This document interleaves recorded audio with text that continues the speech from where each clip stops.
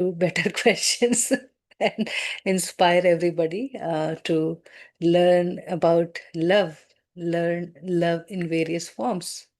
We are into the ocean of love, and are we able to experience it? Are we open? Are we in the state of receiving to experience what is around? So, after becoming light with our forgiveness and self acceptance, also established connection with all knowing intelligence, which is the link to all knowledge, to all truth. There's nothing outside now. It is everything is inside our heart. It is there. And we just want to access it as and when needed. Right? So we are all made equally with love, joy, peace, abundance, perfection. So, did anybody question how we are unique? I'm today in question answer mood, but I will leave that to Nehaji again. And you can type your answers by then, what you found yourself. Thank you. Let us welcome Nehaji for a beautiful, beautiful session. Welcome, beautiful Nehaji. And good morning, Thank you so Shaileshji. much. Atmavandan to everyone. Again, such a joy to with this chapter. I think it has multiplied for all of us. And this chapter is talking about experiencing love flow. So, in this chapter, nothing has to be done, only the experience, the feeling part is the thing that we have to focus. Doing part will happen automatically.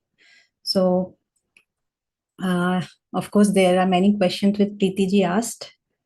I have tried to answer them.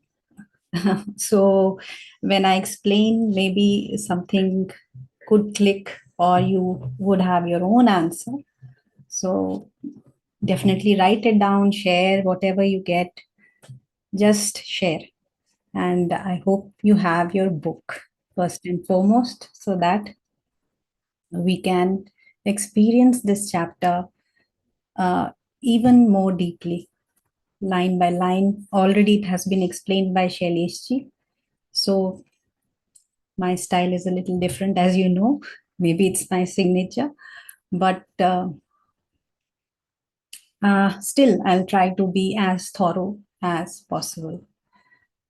So we can begin now with the chapter Experiencing Love Flow. So the chapter begins with the statement that we have probably heard so many times now: God is love. So in this chapter, we are just exploring the meaning of God is love. Do we actually know what it means? Because when we think of love, what comes first to our mind, it's mostly about human love, a person, a relationship, affection, care, our attachment with people around us. But since the very beginning, like from the start of the chapter one, we are saying this statement: God is love. So if God is love and creation is coming from God, He has created this creation with this essence of love, then we are uh, being guided to look at love not just as an emotion exchanged between two people, but as something which is very fundamental to our existence. And now we know and we have experienced also uh, that love is the single ingredient of everyone and everything. So if love is the ingredient and bottom line of everything, but when it comes to experiencing it, then why we don't experience everything as loving? So that's where we have to go deep in this chapter and look at love as something which is fundamental to our existence. It's the essence of our existence. So in the book, it has tried to explain us, giving that idea conceptually that you take matter, you go from matter to atom to subatomic particles and to energy, and then in metaphorically it has used this metaphor as love, because science has always tried to understand that what lies beneath the many different forms we see in matter in the universe. And science has always tried to understand that deeper forces, those natural laws, what how is it happening. So Einstein's work on unified field was part of the scientific research for the common unity aspect of everything. So chapter takes that idea and tells us in spiritual, more understandable language that uh, love is being presented as this underlying unifying principle of creation. So we use the word love here, which Einstein called the unified field.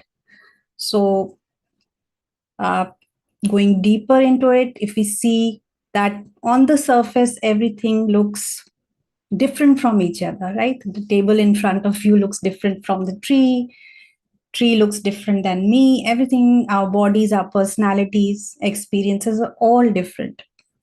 But when we go behind all this to recognize the deeper essence, then we will only find love in everything. So love is not limited to a particular person or emotion or to a thing. It is expressing through every level of our existence, from matter, from our physical body to energy to feeling, relationships. So love is basically flowing through all this, and the forms are changing, but the flow remains the same. So it is a journey of perception, from the gross to the more like gross and physical to the more subtle form of our existence. And we know that the physical can be seen with senses, but the subtle ones, the subtle link, can only be experienced inwardly. That is why in the chapter it says that that link can be felt in our heart. Right? So at the surface, we see different forms of love, but as we are getting aware of our existence, the difference between the forms is becoming less and less.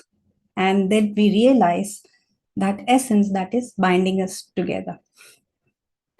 And then it clearly says in the book that we are developing a conscious awareness of who we are.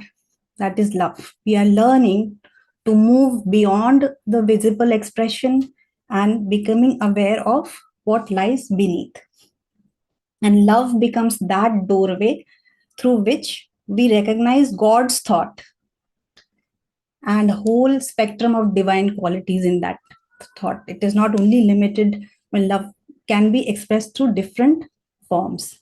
So when it says that everything is an expression of love, and that part becomes very important to understand, because human love, as we can see, a hug is also an expression of love, a caring for somebody is an expression of love, a relationship is an expression of love. But none of these individual expressions is love in its entirety. It's not the absolute love. It is just an idea of love that we have in our minds, that love should be like this, right? So as we go more into the chapter, it is saying that this course is not designed, or this chapter is not designed to for you to melt in the oblivion. You suddenly discover, I am love. You have that aha moment. I'm unified. I am enlightened. And then sometime uh, that that mind creates a story around it, that I have to now behave in a particular way because this is how oneness should look like. Maybe I should always agree. Maybe I should always smile. I should always adjust. I should have no preferences. I should just forget all my roles and responsibilities. But we have to be careful that that is also an idea of the mind. So this paragraph is important because oneness does not mean becoming the same as others or losing your uniqueness. We all know that. You remain a unique expression of that same love. So here there is a line that each aspect of this one creation is a unique and individual manifestation of love. So, from the point of view of creation, if we see, then we are one, love. But that love appears differently through different forms. In that sense, each of us is a unique expression of God. And when we talk about God's expression, we are not talking about just one quality. We have been speaking, feeling, we have felt these qualities: love, peace, gentleness, wisdom, compassion, everything we have felt. So each individual carries and expresses these qualities in a very unique combination. The source is one, but the expression of these qualities is not identical.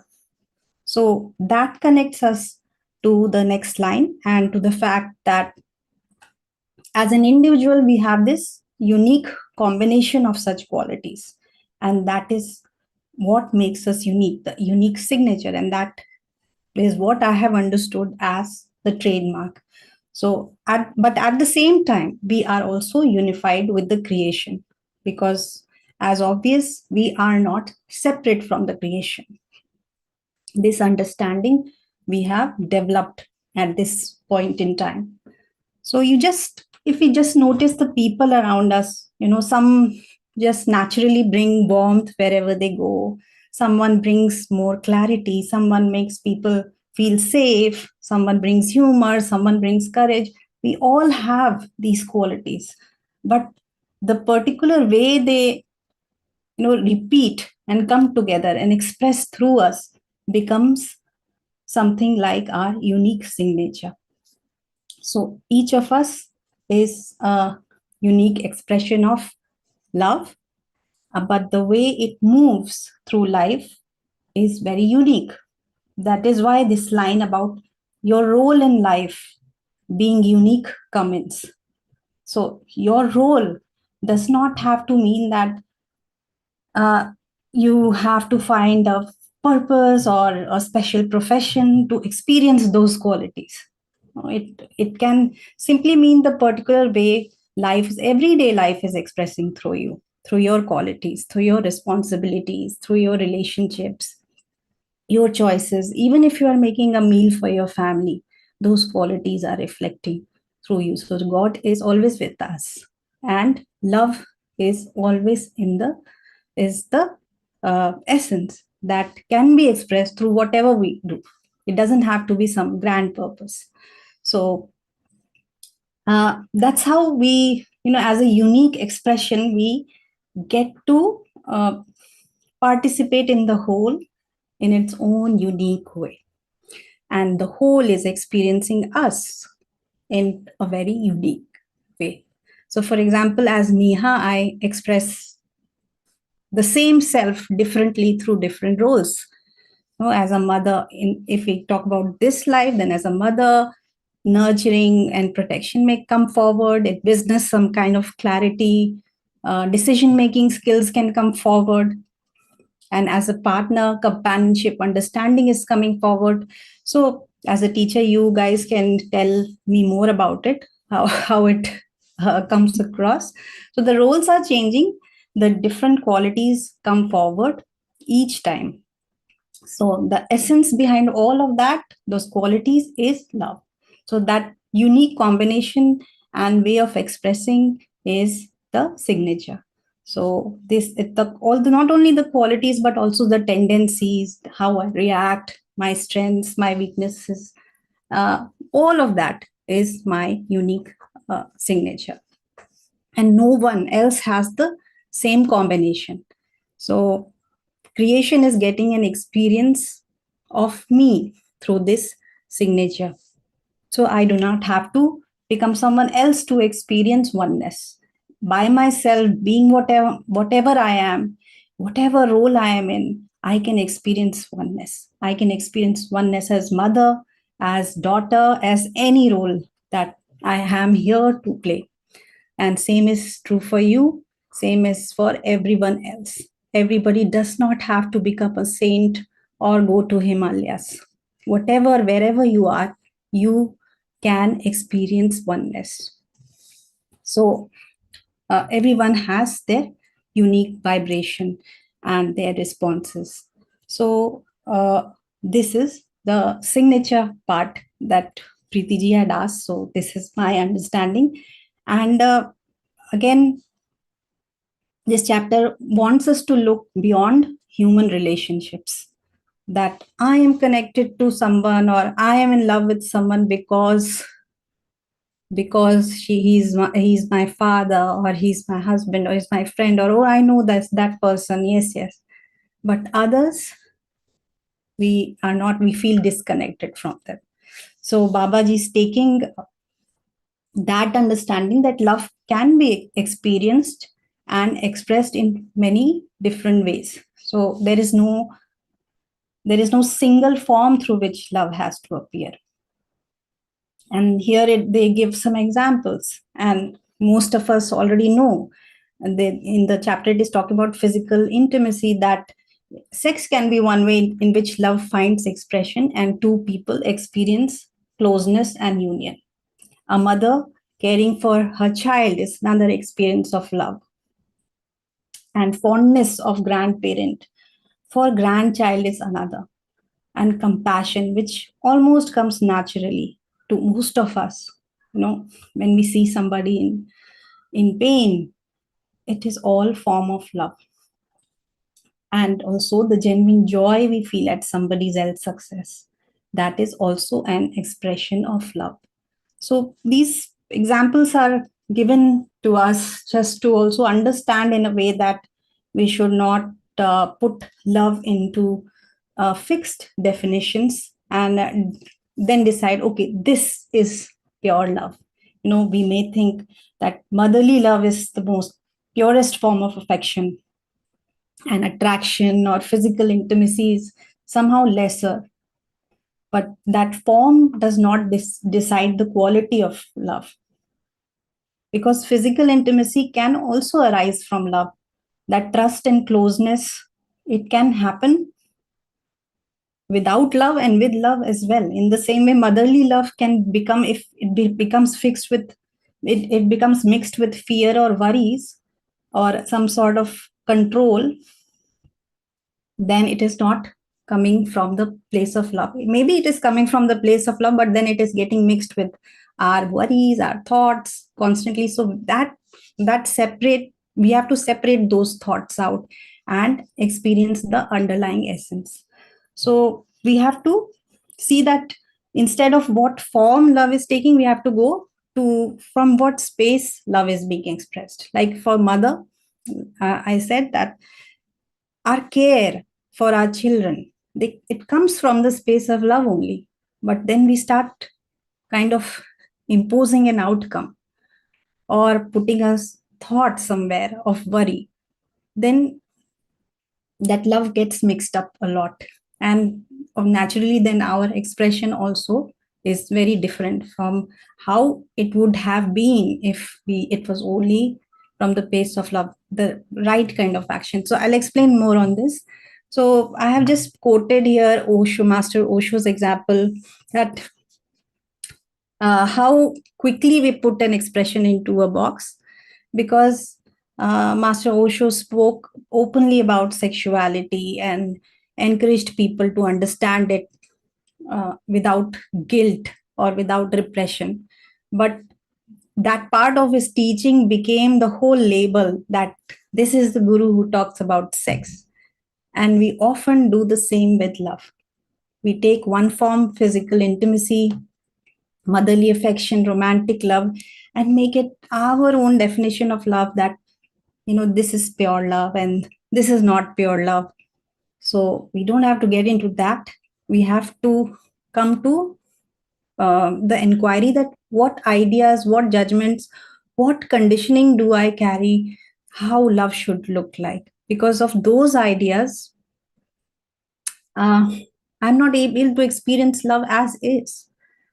So there comes this exercise that it is asking us to become aware of the feelings that you experience from your heart that are expressions of love.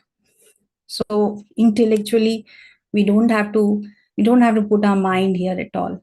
We don't have to decide this is love, this is not love.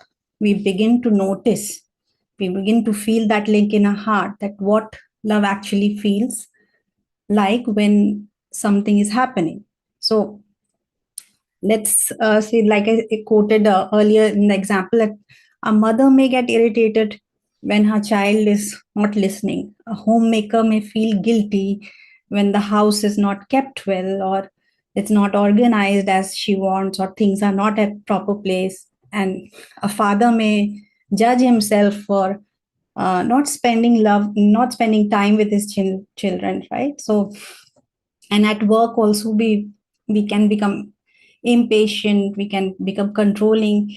So in that situation, we do not really help the environment, because we are not actually operating from the place of love. We very quickly we start giving ourselves labels that I am angry, I am a bad mother, I am bossy, impatient, I have not done enough. We go into a lot of guilt, and in that moment we are very far away from self acceptance.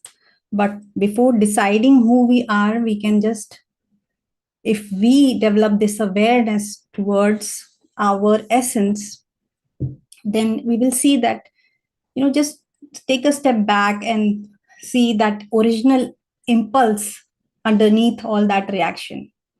If we are actually telling our kids to do something, there was care behind, right? If we are also, let's say, a father wants to spend time with his or her children, there's of course concern and love behind. And instead of receiving that, we quickly move into fear, our expectations, and our definition that, oh, I'm not being a good father, I'm not being a good mother, because good mother should be like this, she should be doing this, or father should be spending time with the children. So these kind of beliefs we have in our mind, and that prevents the experience of love. So once we start noticing that initial impulse behind my expression, and it comes with practice, when we do these exercises, when we release the thoughts, we'll be aware of those thoughts. So our expressions in that moment will automatically shift. You don't have to purposely do anything. So in the moment when I'm irritated, I've told my child that 5 to 6 times, that do not keep your things at place. Don't just keep here and there. So that moment when I realize of my fundamental existence, and it comes automatically, it's very difficult to even say that. When I realize that, then I'm not manipulating my anger or anything, I'm not doing anything to be loving, but that awareness itself creates that space between the whatever I'm thinking and what is my action going to be. So that space gives me uh, a better control over how I should present myself, how I should convey my message to my child. In that moment, if even if I want to speak firmly to him, or I want to soften my words, I want to say very little, whatever is happening, it is going to be very spontaneous. But the energy behind will be of love, and the kid will also receive that. And on the other hand also, we cannot really control how the other person receives it, because of course they are making their own experience, but I'm no longer adding unnecessary hurt from my side, and I'm returning to my space of love. So uh, so in that moment, becoming aware of love also gives me a lived experience of God's qualities through myself and also through other person. So love is in this chapter, Babaji is saying that love is not moving only through people. It wants us to see that love expresses itself through nature, animals, plants, whole of creation, and we all do experience that. We I mean, in nature also, if you sit near the sea, you will have a different experience. If you watch a tree, it will have you will have a different experience. And pets, you kind of feel a different kind of unconditional love. So every part of nature, every part of creation also gives different kind of experience, similar or different. So there may be some kind of calmness when you sit beside the sea, joy in seeing the flowers bloom. Sometimes when you go and go in your garden and see, flower buds coming, you feel a sense of joy. So that's how, those expressions, if we receive in the moment, we we realize, we come to the realization of our awareness as love. So that is what it has been told in chapter, that it can reach through many forms of creation. So even there is a unique expression of humans, there is a unique signature of plants as well. What a rose plant can do, another, a daisy may not be able to give that experience. So they are also unique in their presence. So in this week, we have to notice these things, that which forms uh, of nature, if you are in the nature, or if you are uh, also with non-living things around you, does it, what experience do you feel instantly when you see a tree or a plant, or if you are going for a walk, or if you're seeing moon, what comes in you? Don't try to define it, but just feel it and see, is it like, is it something like joy? It'll be love, eventually it is love only. But just to understand the expression, we are using these terms so that we understand it more easily. Because some people do not understand joy, some people do not understand abundance. What is it? So we have to notice these small things. What are these qualities and what do they feel like? So through your own experience, you will see your shift, that love is constant, and the level of essence, yes, it is it is in everything and everyone, but the expression is never static. In a single day only, love can appear in different forms. So we have to be aware to notice those forms. Uh, so that is why it is saying there will be a certain newness, new feelings when we start consciously noticing love. So we are not repeating the same experience, we are meeting the same underlying connection through a new situation, a new relationship, a new response. We get a fresh experience every day, is like a fresh set of circumstance, and love can be felt, and love can become visible to us if we are open. So in that scenario, then the oneness, the concept of oneness is not just an idea, because now we are noticing love everywhere, and it is coming alive through our ordinary everyday experiences. The one which we call ordinary now, they will become extraordinary. And then I can say that I am unified. And that moment will be enough actually, because you don't need anything else. Because everything then expresses through you as love. You become a channel of love. So isn't that beautiful? And you will experience it this week for sure. So now let's talk about the exercise. Experiencing the various forms of love. That is what we have to do this week.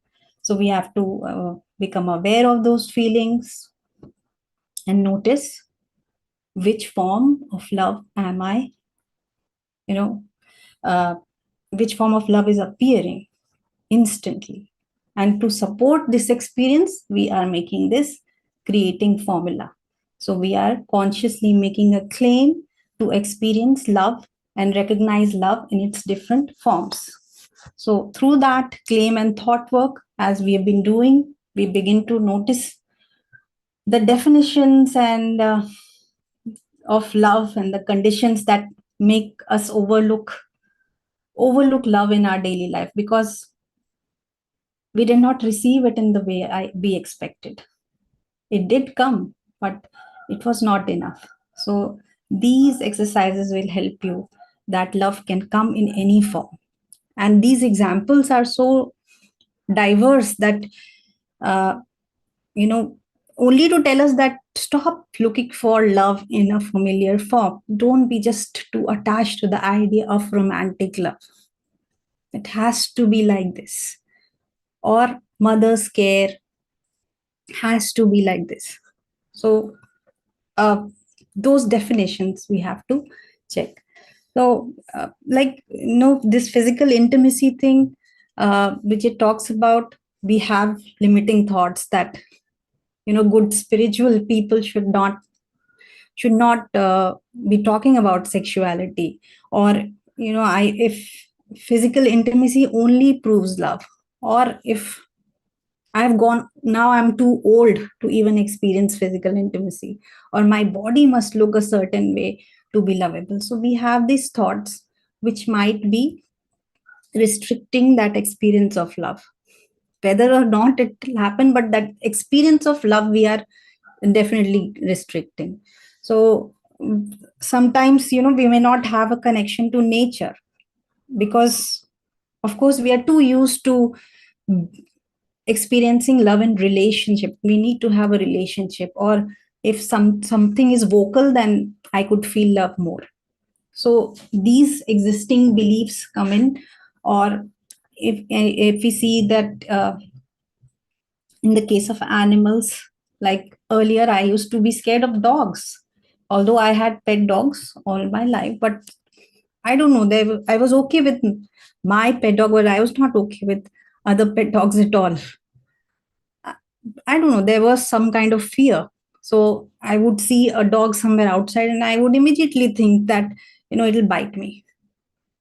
So I didn't even have that experience, but the fear was there because of thoughts that we acquire in childhood that, dogs can bite you.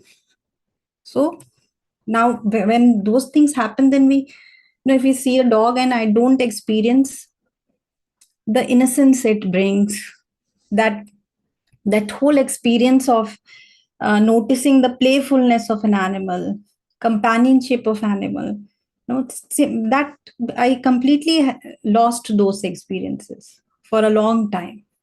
And slowly I came over this fear, and I'm now okay with dogs around me. So that's how we have to see, how do we want to experience love, through which form. And similarly for nature, like I said, that if we have had a bad experience, like we had a pandemic, we see storms everywhere, we see natural disasters. So we may have some kind of thought that nature is cruel. So in that moment where I am there to want to receive love from nature, or going somewhere into the wild and experiencing it as it is, I am not available to experience the beauty aspect of nature. I'm not able to notice that interconnectedness with nature, that unconditional love that comes on its own very naturally. I don't have to do anything for it, and neither anybody is there to talk back. So it becomes very easy.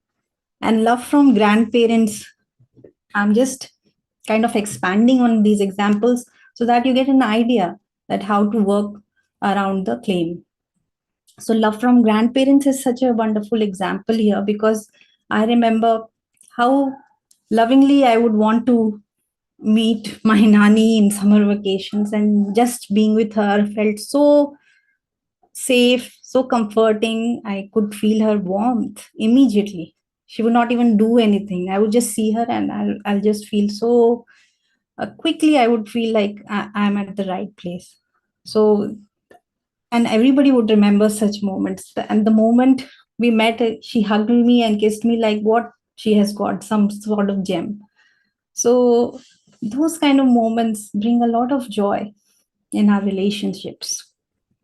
And although she was not involved in my daily life, but those small gestures, that she did, like she used to tell me stories, and every summer vacation, of course, she had her own bag of stories. But one time when I reached, she bought Champak and Nandan, the Indian comic series, before I came, and she told me, I am finished with all the stories. Now you take this book and read me a story. So she remembered that I should not miss a story. No, no, even if her story bank is over, I should not miss any story. So those were the small things that, you know bonded us. So but we could take it other way.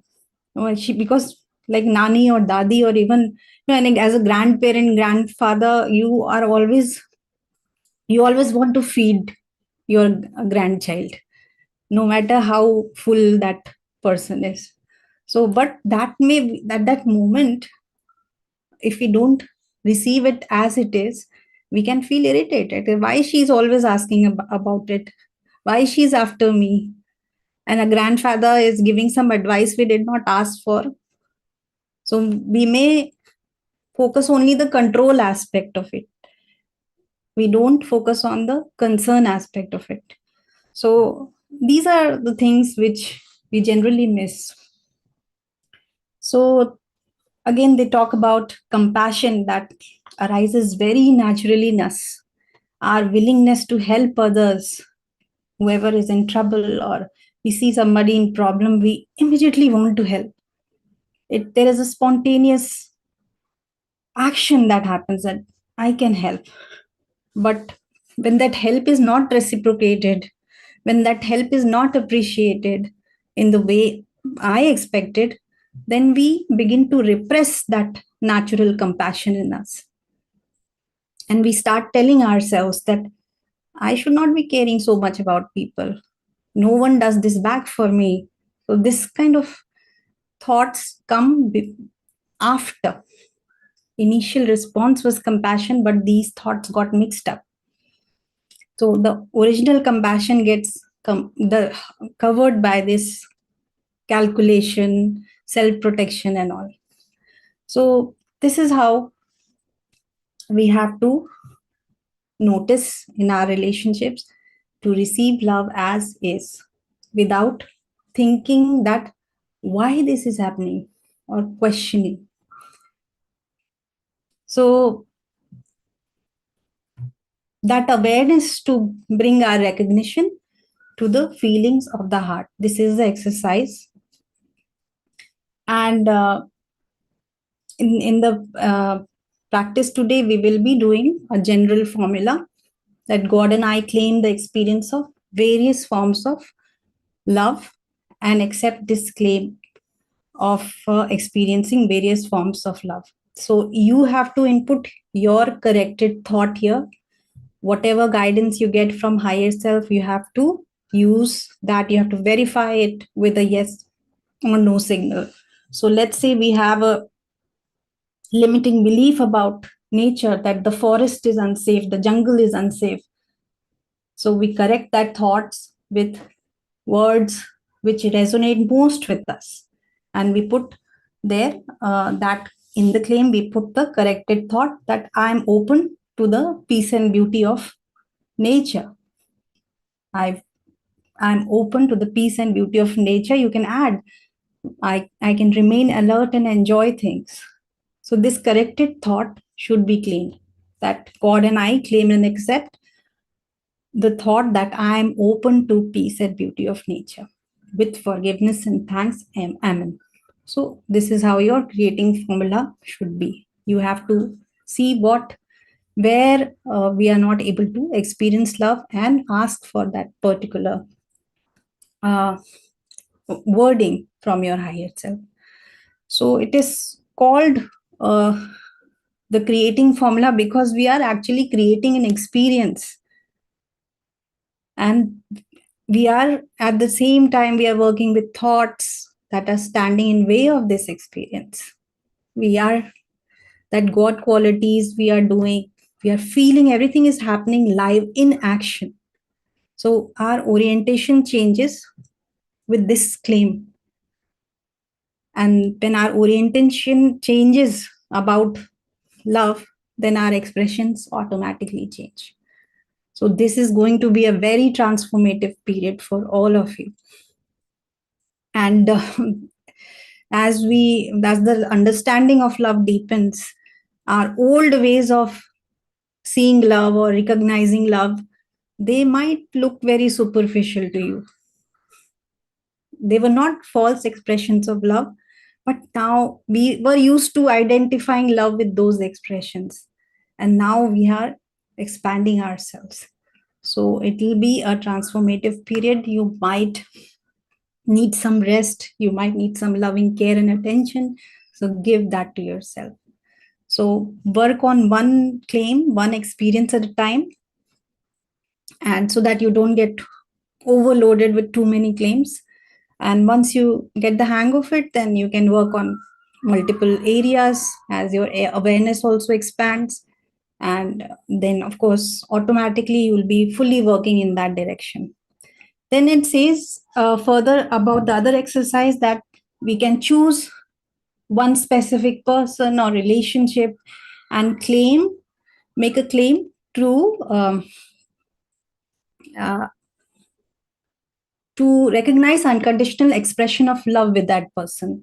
So this process, as already explained earlier, it should not interfere with anyone's free will.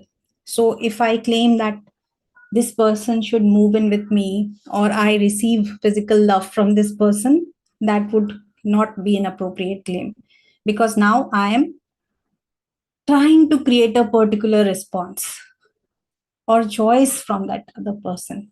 So if even god does not interfere with our free will, then neither should we. So the focus remains on our side of experience. How can I express and how can I experience completed and unconditional love with this person? We have to respect their freedom and their choices. And this expression may be natural in some situations, and it may require conscious awareness in some situations, because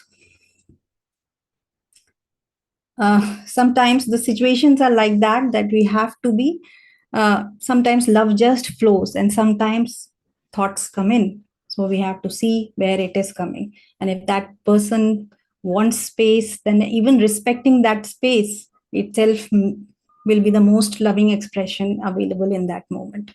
So unconditional love does not mean that we stop doing all the special things. We may cook, buy a gift, plan something beautiful. The question is whether we are expressing this love freely, or we are somewhere we have some kind of expectation of a response, of validating our feelings. So we have to check our space of giving.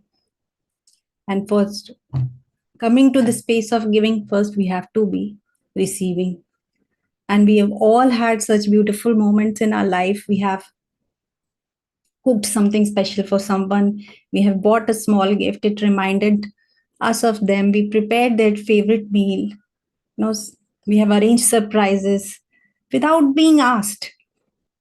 So this week is not asking us to learn a new way of love, it is recognizing how, from what space I did all those things, and going forward we have to be acting in the awareness of love. So this it says that the whole week is to feel oneness with everything, and that we feel an aspect of love.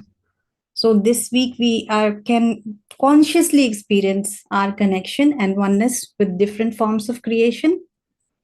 So you are consciously putting your head in water. So later, don't say that I will stay dry, because you are bound to feel bathed in love, showered in love, and whatever expression you want to say. And then you have really just tasted love.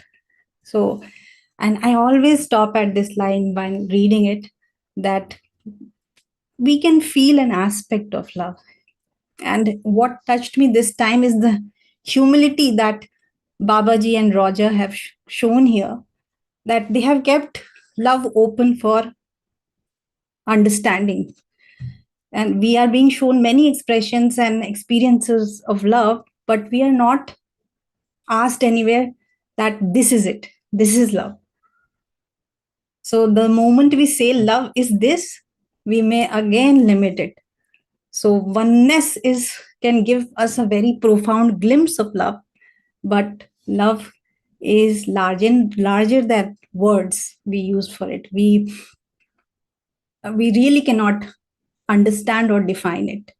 So I loved reading this part today, and uh, was very glad, like a kid today. I was rejoicing on this part a lot. So enjoy this renewed new feelings of love. That is what God's intention is. And coming to the end of the chapter, one more exercise is given to deepen up your understanding of love during the quiet period, because we have definitions. Again, it comes to that ask your higher self about any knowledge about love that you are genuinely seeking to understand. If you're seeking to understand what is unconditional love or anything that comes naturally, you ask your higher self and validate with a yes and no.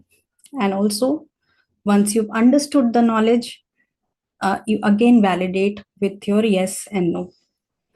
And maybe there's some correction needed, so you do it as a part of the processes. As the process is basically for also, strengthening your signals and giving you more confidence in this practice.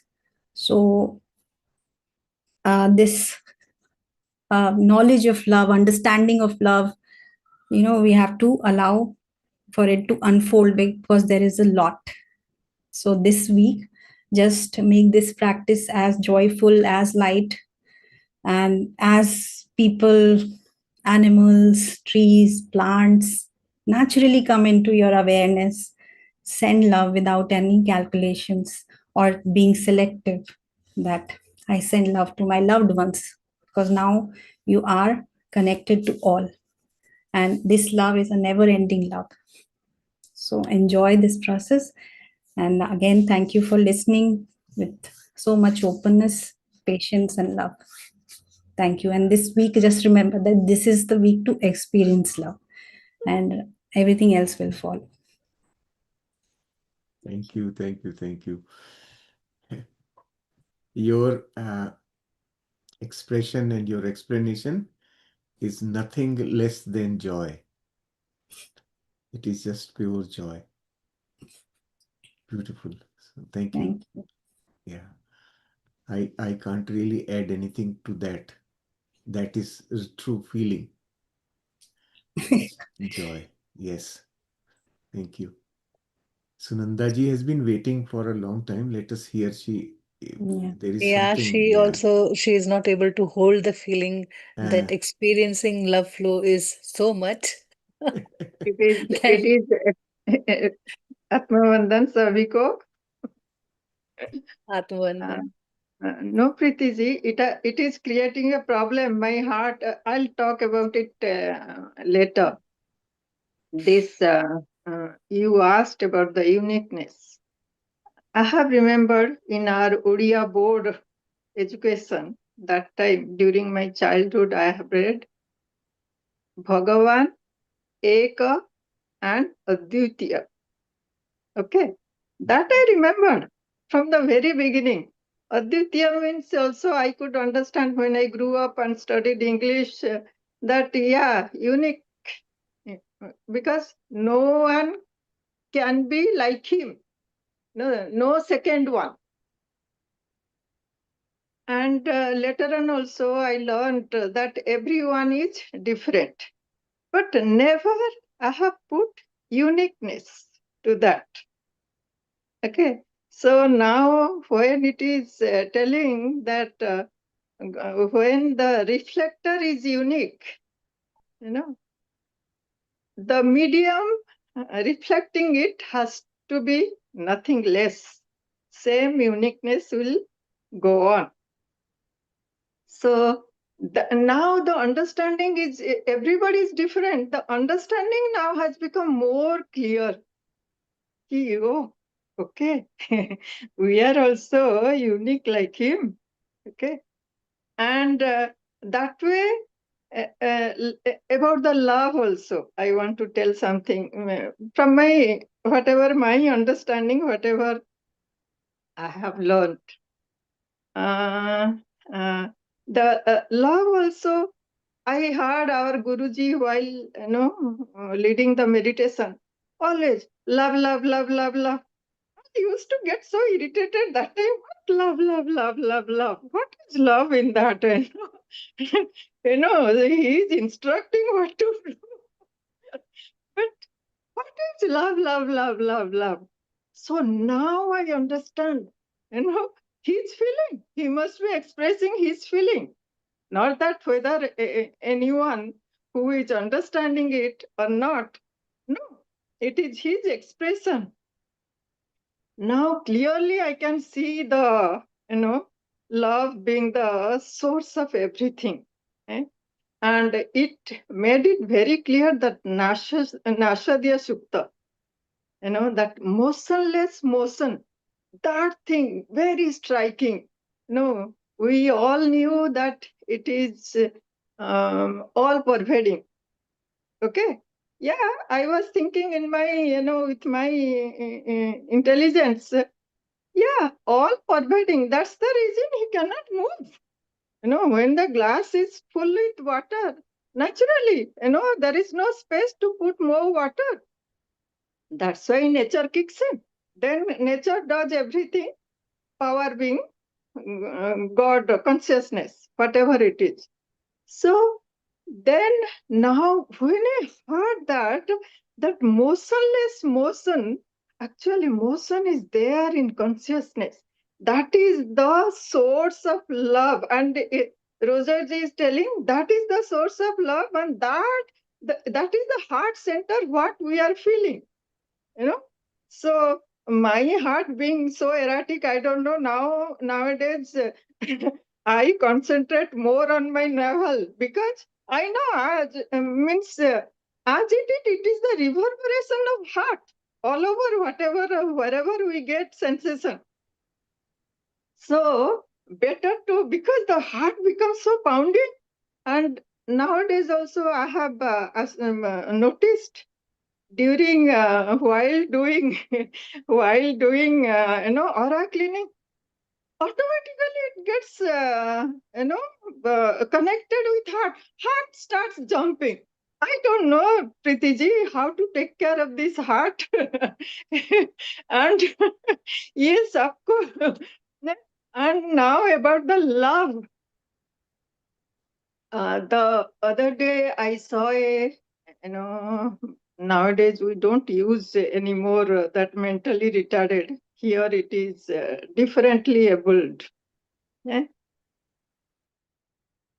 The child was with his whatever, the way he was making faces, hand, everything. Usually I do not look at those children, those type of children, because always the feeling is maybe mother or father might feel anything. People are looking at my child. But that day I was standing next to him. Oh, that love, that must be the, God's love, that was coming out. Wow, and even we read that in unfortunate situations also, whatever we see, that is also God's love.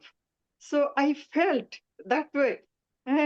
He really, I started playing with him, showing my finger, and he was trying to catch it also. He must be around 6, 7, or something like that.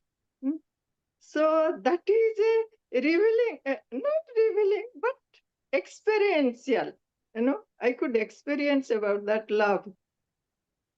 And about this heart spandan, that motionless motion.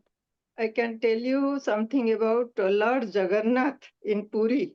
Okay, he represents Nirguna, without attribute, and his brother and sister, they were considered as Saguna.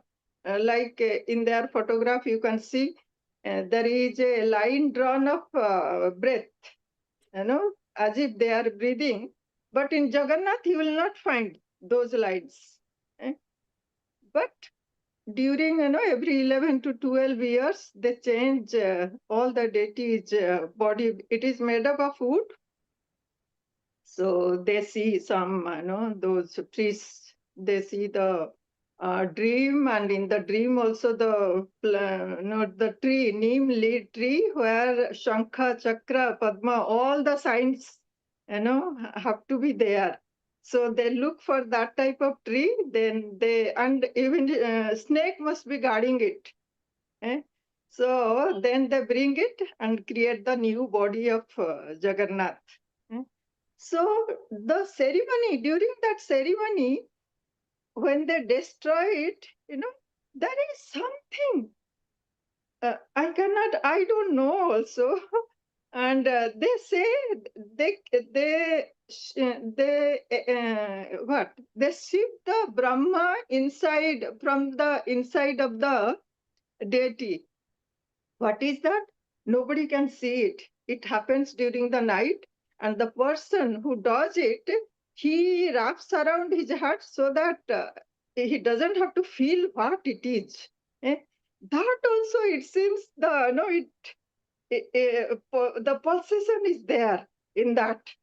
eh. So now, very well, that Nashadiya thing and Shukta and our heart and everything, when you put together, the feeling is so good. As if, yes, I understand how the creation is made. Now I understand the love in ultimate sense, whatever it is, And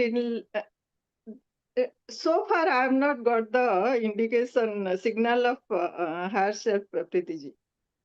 So I cannot create any sort of sutras or anything. But in ultimate sense, whatever it is telling, there cannot be any condition, feeling love. So it has to be unconditional. And yesterday in your meditation, you told that it is the letting go, make yourself free and make others free. No, that is such a good concept. So in our day-to-day activities, in what way we try to incorporate that love, so it cannot be conditional.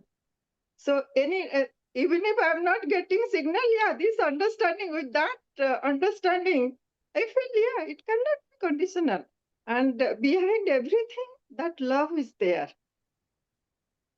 So that's why when you asked whether, about the thing, about this sex thing also.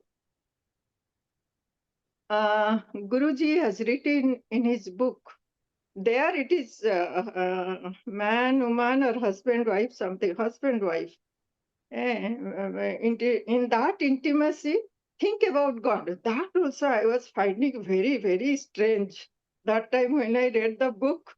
Now you see here, so it fits in very well that, yeah, it expresses uniquely in different things, So that has made understanding the chapter very nicely, and unification, that unified.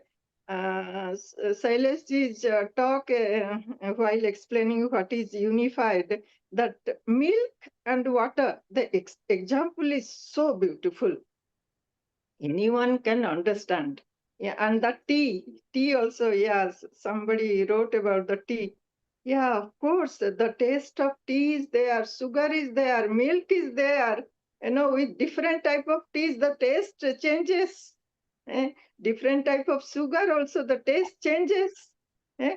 But all together, it makes a nice cup of tea.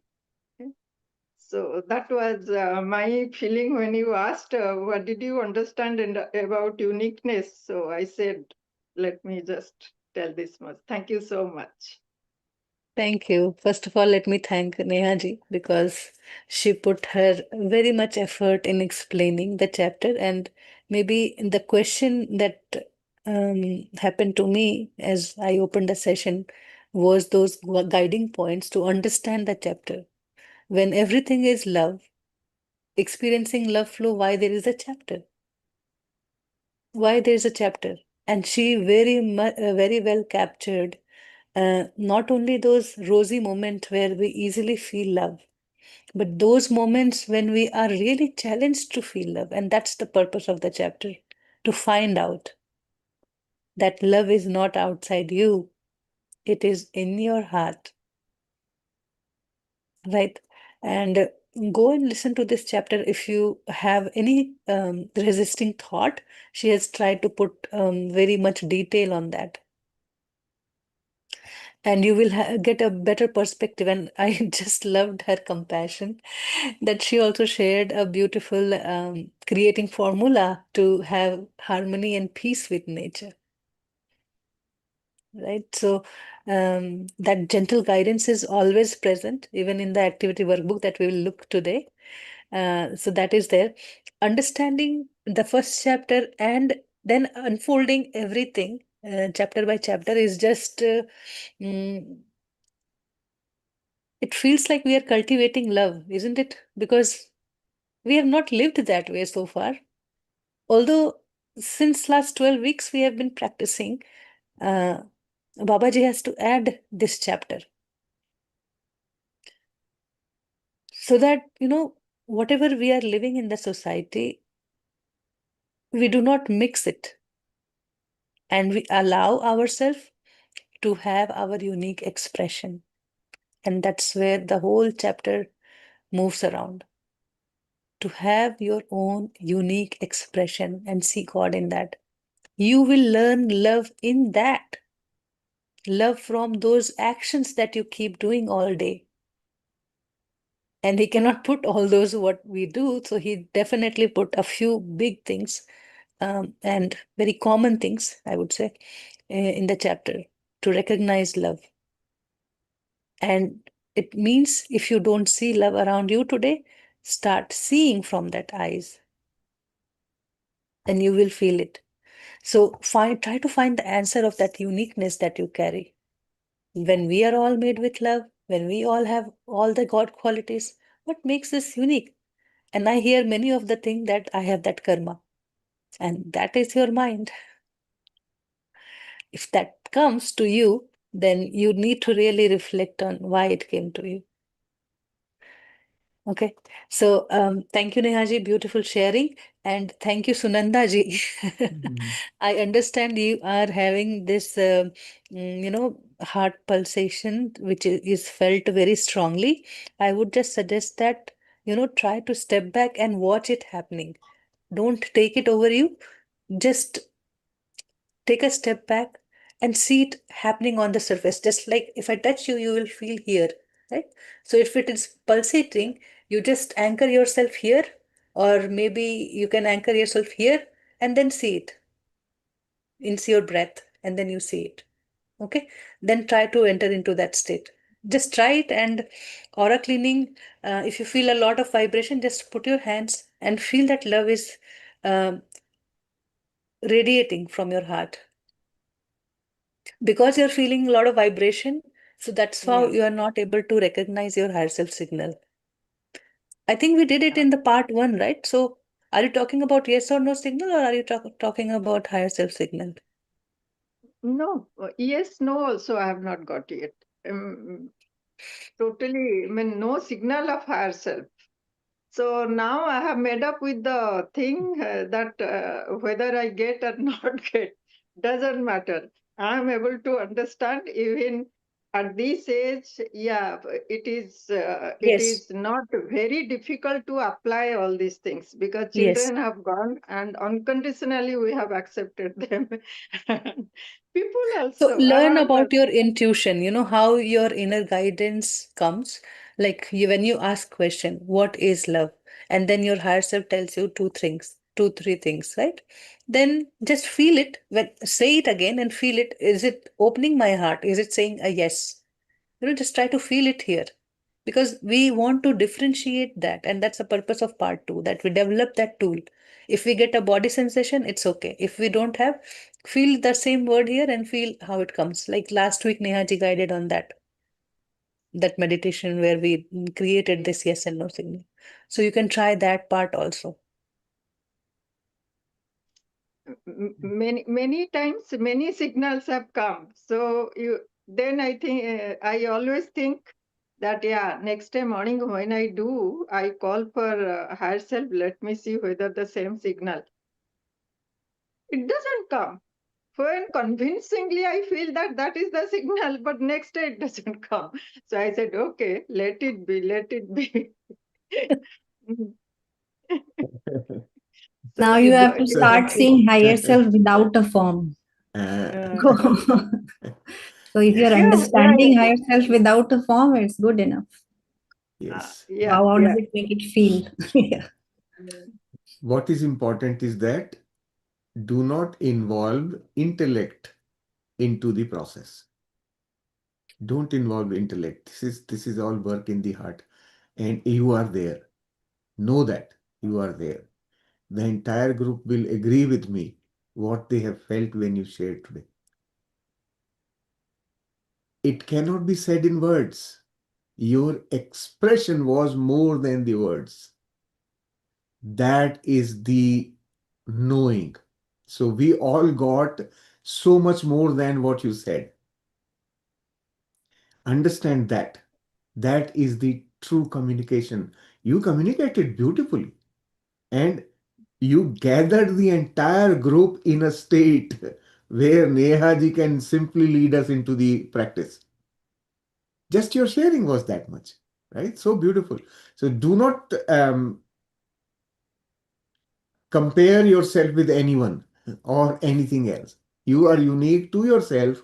Know that, right? And in your own unique way, you are developing the knowing, not the understanding, the knowing. That's fine. Just follow it, right? This is all that is necessary. We are concerned about the end result, right? And if the end result is being met, so what? Then your path is fine, right? That's what I'm saying. So just know that. And she Yeah. also said one thing that, even in the moment of having sex, you remember God.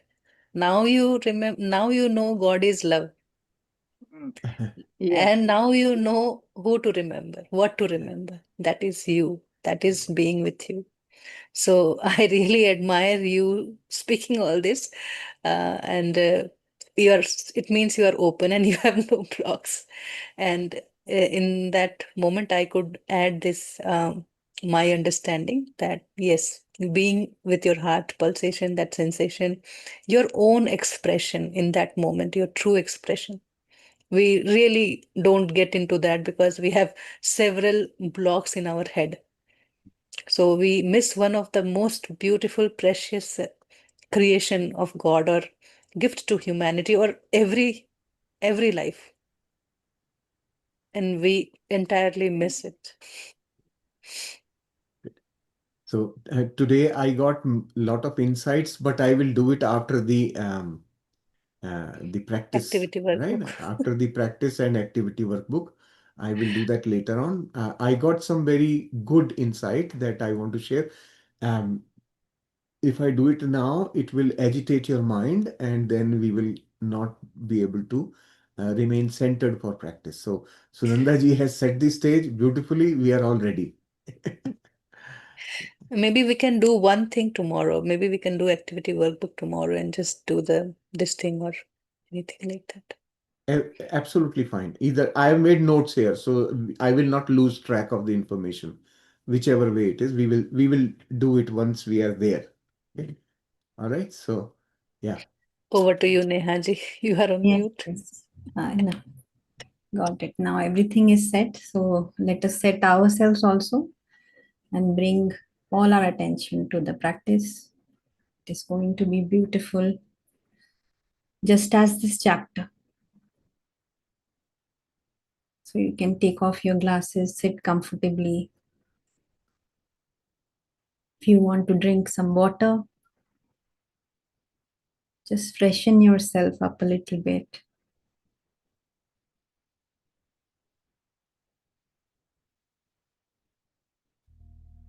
And let us experience love together. In unity, in oneness.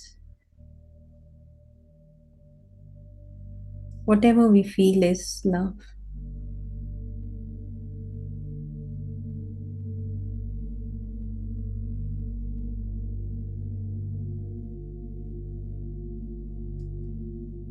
We do not create love.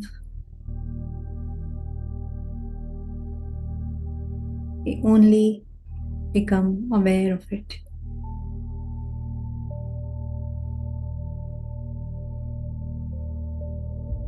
Our essence is love.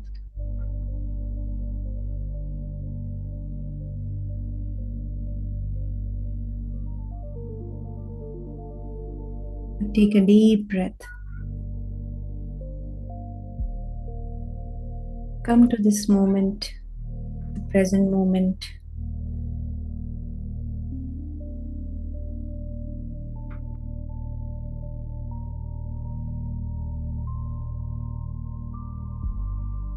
And recognize how this moment feels to you.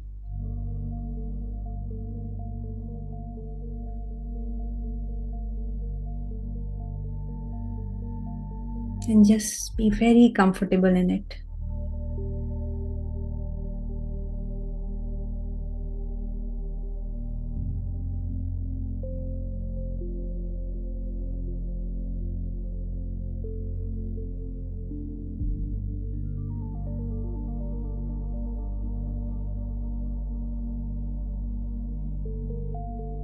With each breath, notice how it is giving you love, nourishing you, energizing you, bringing you in this moment.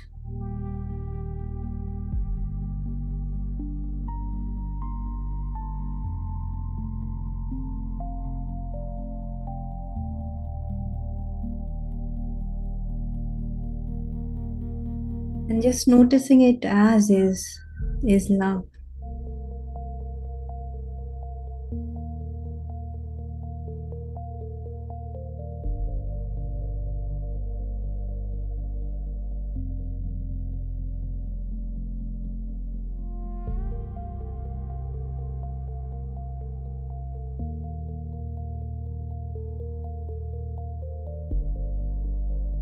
And this love is everywhere in the creation.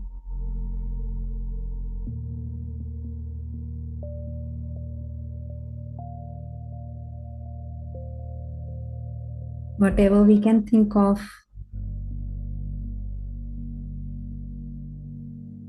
wherever we can pick our thinking, and beyond.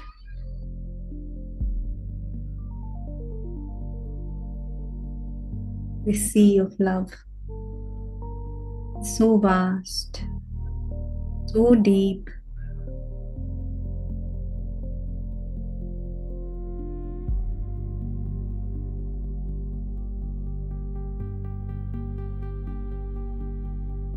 That we may feel,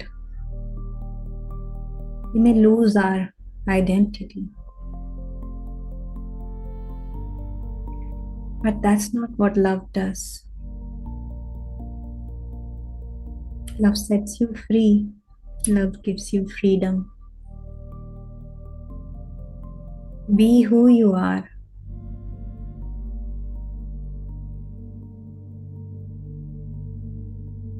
To express as yourself as this unique creation.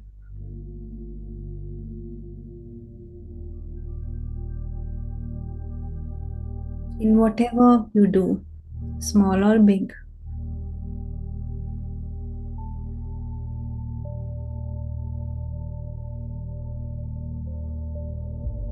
Because love is not a grand purpose to be achieved.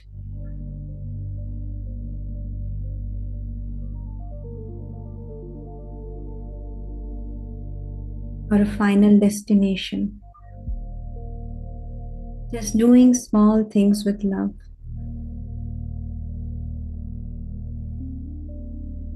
Create love, God's love in your heart.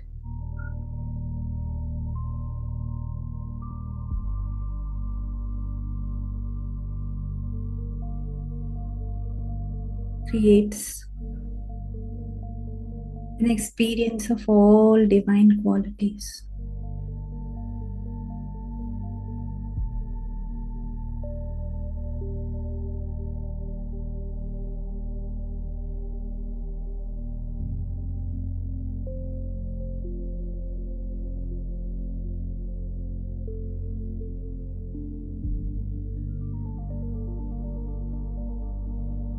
We have always seen love in different forms, physical forms, and had our definitions that love should feel like that.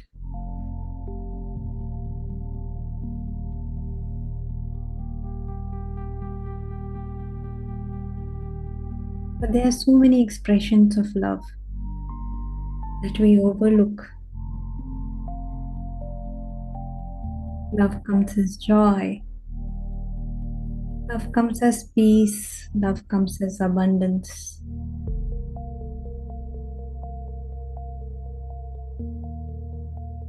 And some of the expressions we cannot even find words.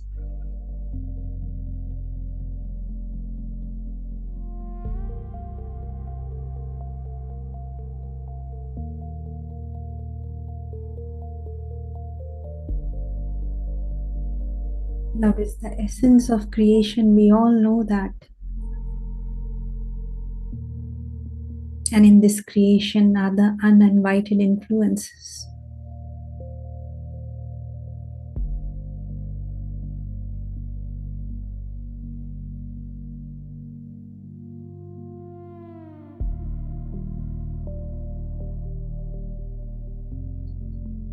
They don't come to us looking for love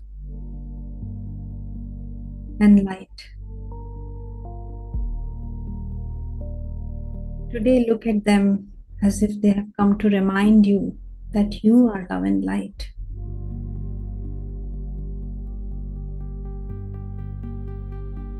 And receive their compassion. And say, to all uninvited influences which have come into my aura, I send you love and light. You are each whole and healed. You are created as love and light, and still love and light. You are not in pain, and you are not afraid. And each of you has a perfect place to go. And I ask my higher self to take you there now. Each of you may go in peace.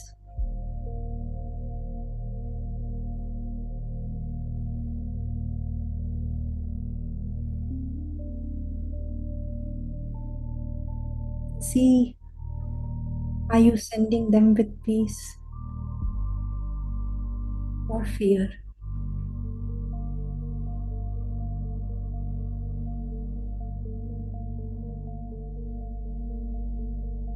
Are you sending them with compassion or compulsion?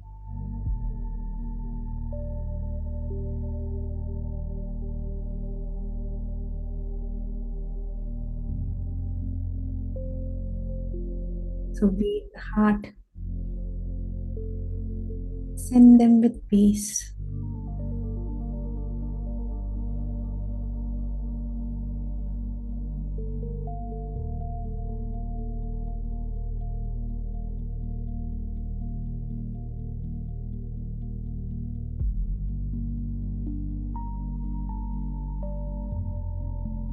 For today, we realize that love is not dependent on forms, and we are connected with the entire creation with love. We have infinite supply of love. Send them with all your love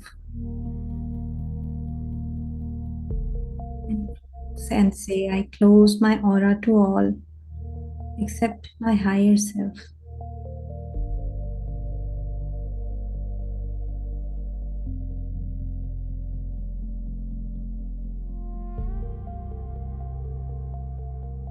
And I send light to all thought forms around me.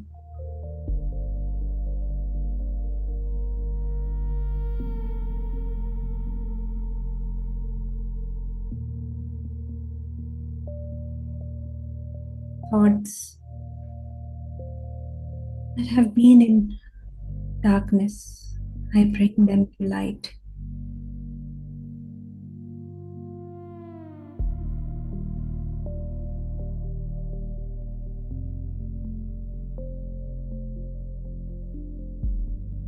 And for this, I invite the presence of my higher self. So ask your higher self to give you a signal in whatever form that you may feel.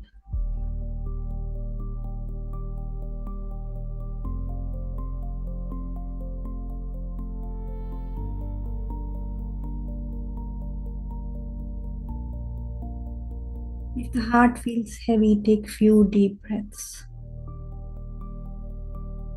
Come to this moment entirely.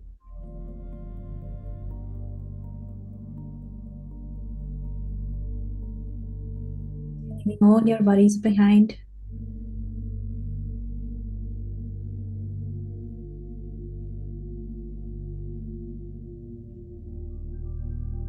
And just be with your higher self.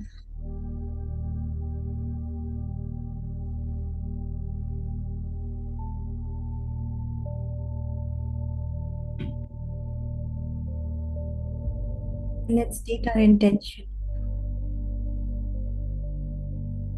for today's practice to our higher self.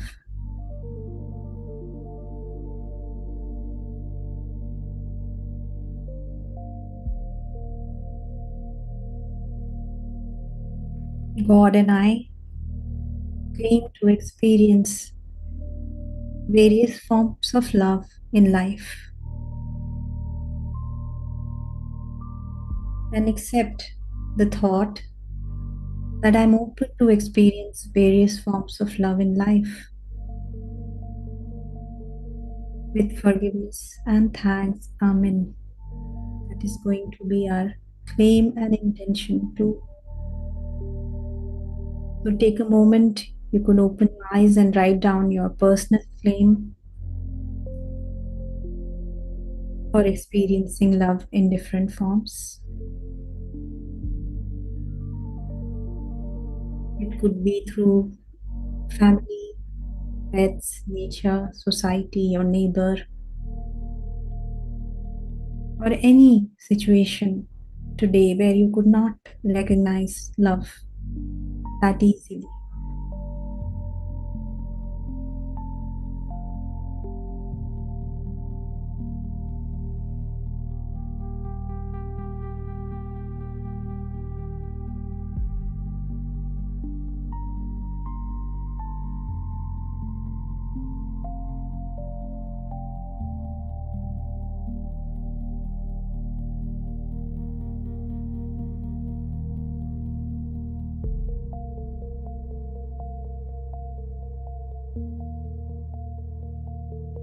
And whatever claim that you're ready to do today, with this intention of expressing and experiencing love through different forms. Let's make it alive through a lived experience.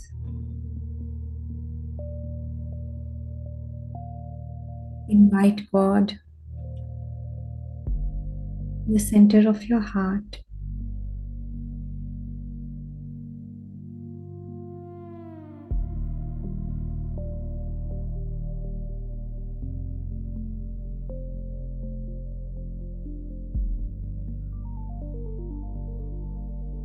Feel this love pulsating.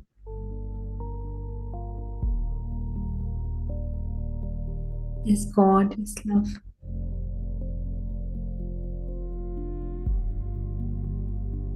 Without any conditions.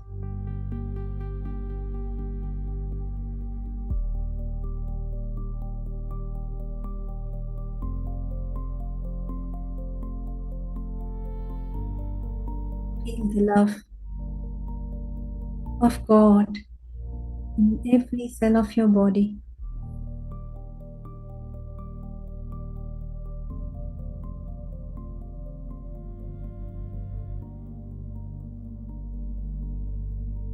Feel one, as if connected with the entire creation.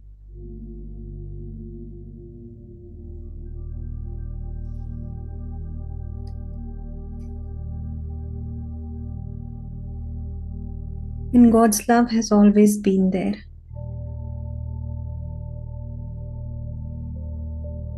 Have we been present to recognize it?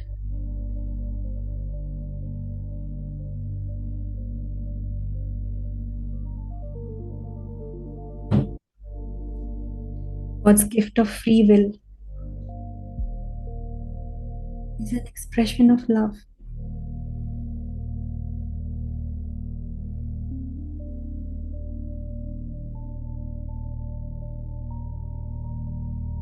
It does not bind us.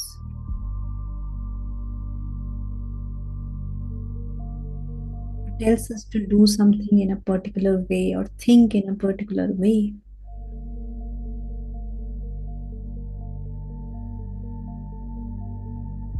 And when we receive this gift,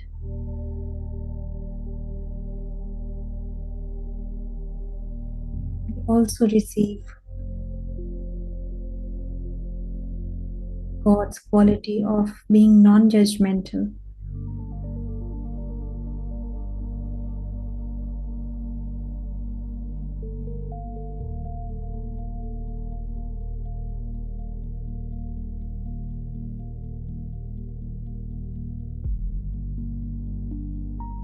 Feel God's love in your heart, the peace that you're feeling.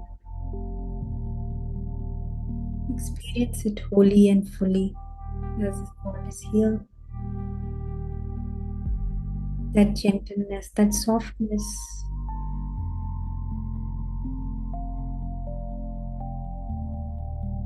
That you see around you, inside you, is God.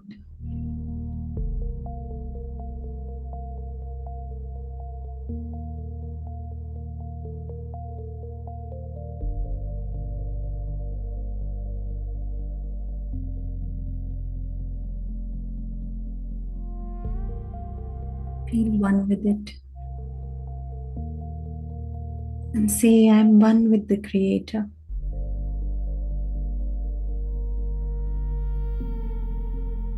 I'm one with a creation. I am unified.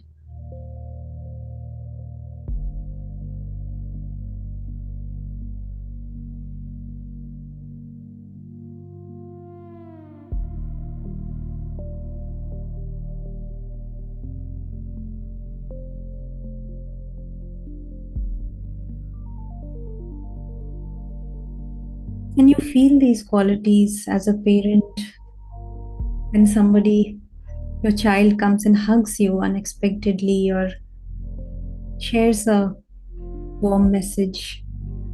You feel this love. When you are with your friends, you feel that ease, that acceptance.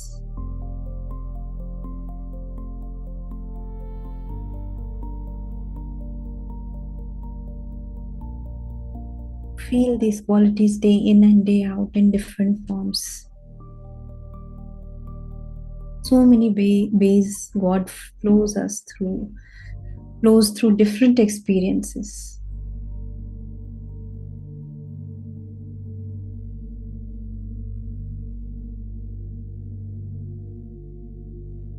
So divine qualities are right here, right now for you.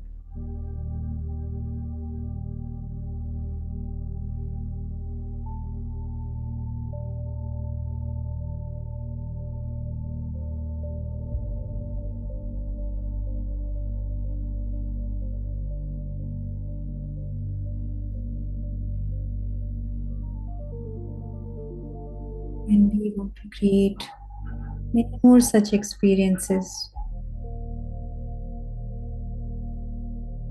That speaks of love, that speaks of divine qualities. Because we have seen the other side of it. We have seen where our mistaken thinking has taken us. It's time to experience the other side of it.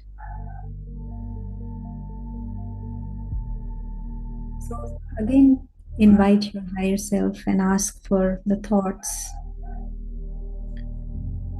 that come between this manifestation, the love that you seek from your family, pets, nature, plants.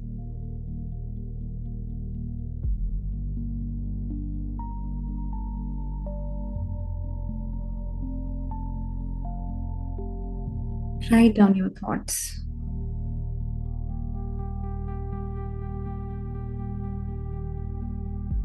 Whatever arises naturally, or something you have observed, recognized in your day, that this is the area where I don't feel love, or a situation where you didn't feel love that easily.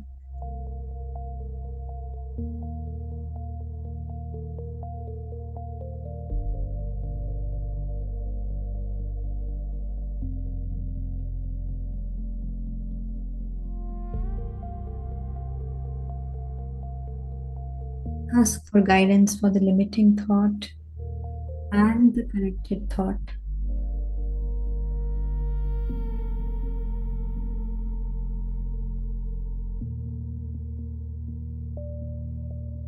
Make it a part of your claim and accept section.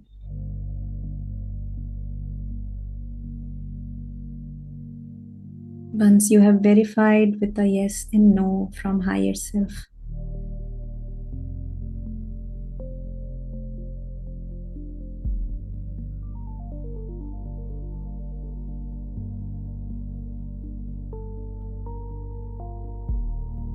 because you are claiming and accepting only an experience that exists.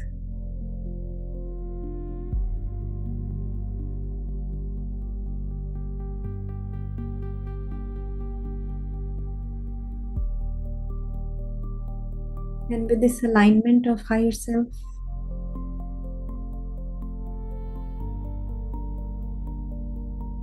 all our experiences would only give us the taste of the divine qualities.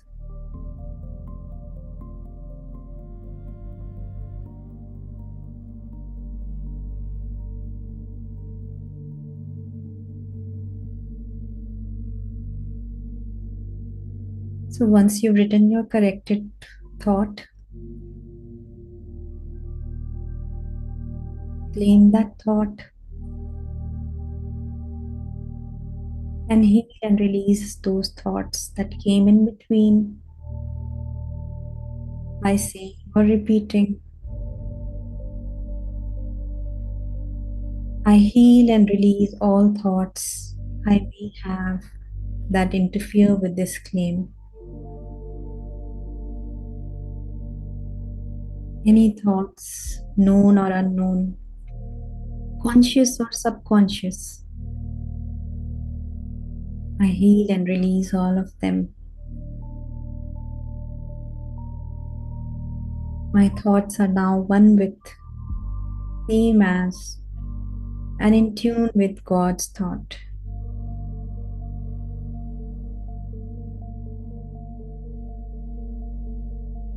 Keep your heart in the state of forgiveness, knowing that you are only seeking love.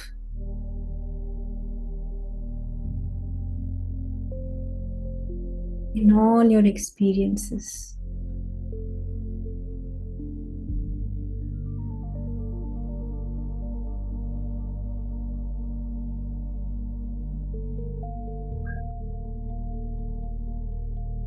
But we blamed people, situations due to our thinking.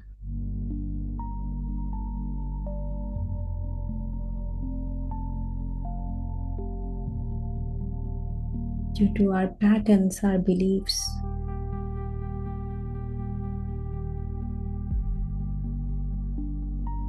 I know my heart is only for giving love.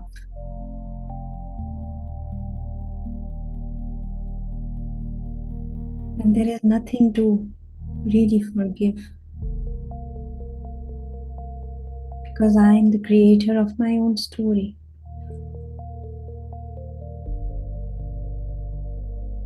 And I make this claim stronger by letting go of all the resentment and grudge.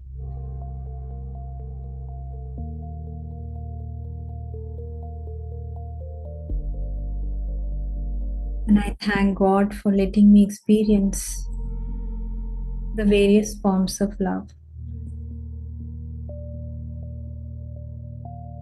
I now release this claim to God and to the natural laws of creation.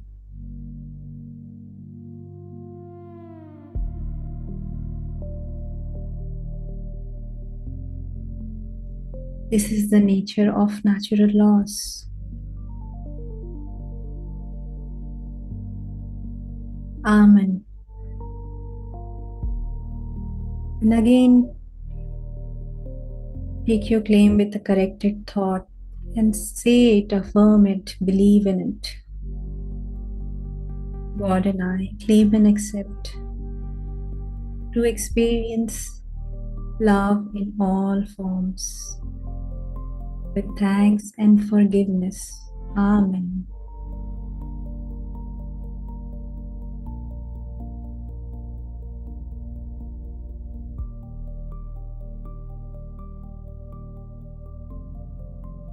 Everything is easy when it starts from the place of love.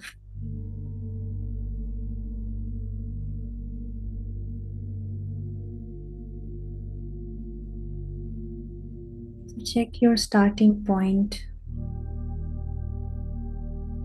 while doing anything. Making this claim, doing your daily chores, meeting people.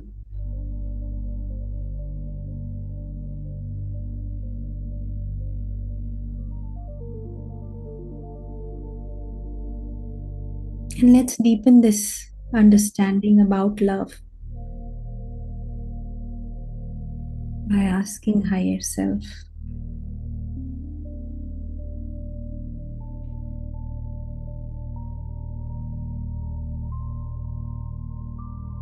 to tell us more about love, unconditional love, human love, animal love, whatever aspect of love you want to know. Oneness, is one aspect of love, as we all know. Joy is one aspect of love, we know.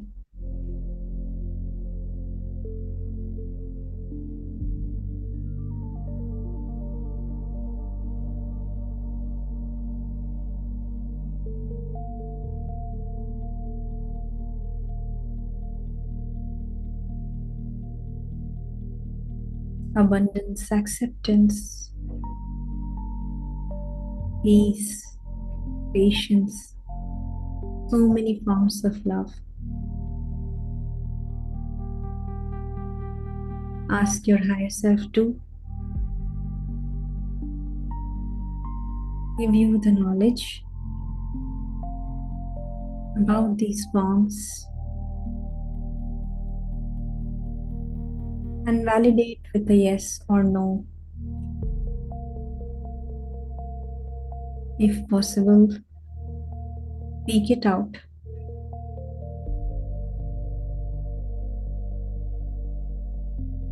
That, my dear higher self, am I understanding this correctly?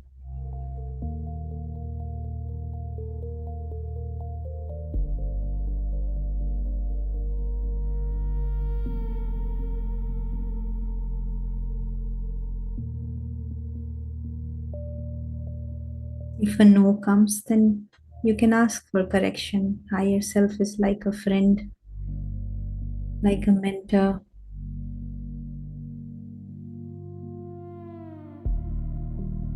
like a part of you, connected to the all-knowing wisdom of this creation, of this entire existence.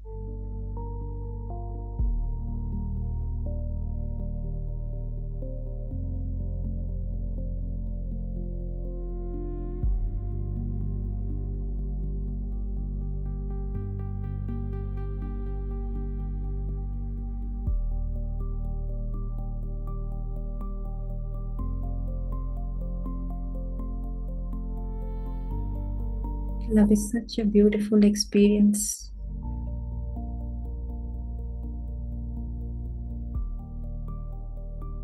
Only if we recognize the way it comes to us.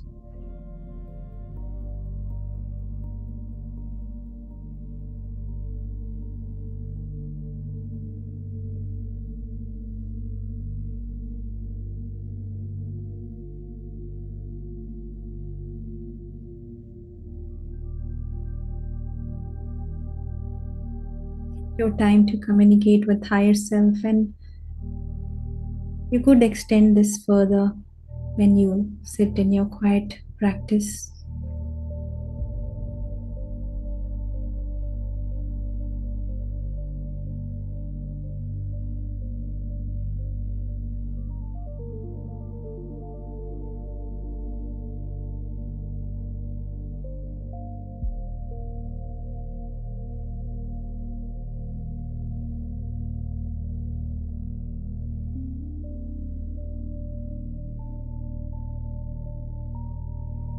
And now let us send love to all from the space of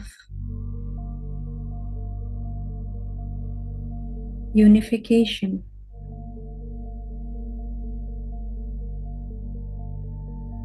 As we feel the entire creation in our heart,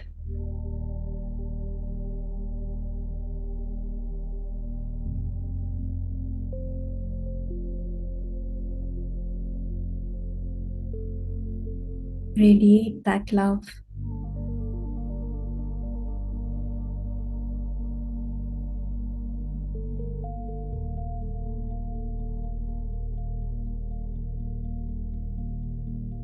To everyone and everything.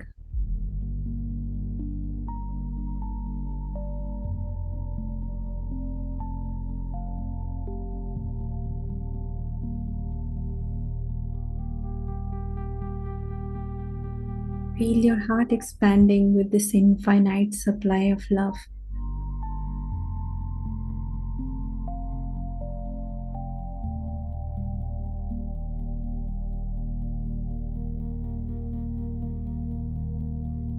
as you feel plugged into the source.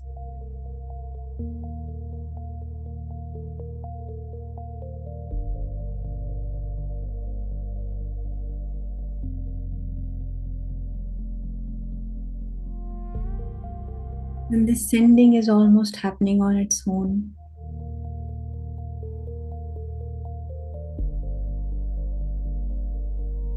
Effortlessly to everyone and everything as we release all our limiting thoughts.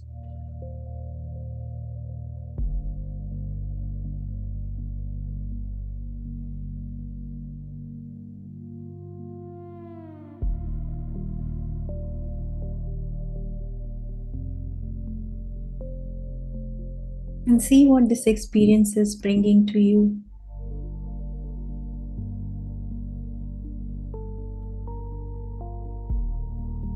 So lock in this energy by saying, I close my aura to all except my higher self.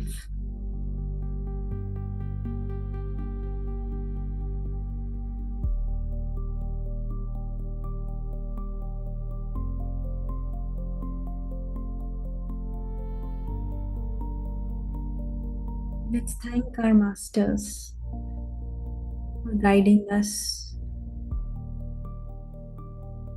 enlightening us in such a beautiful way. From doing to being.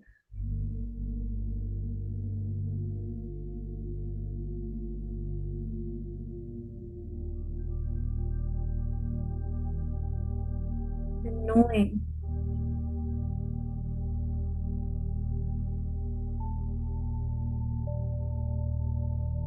that everything is love.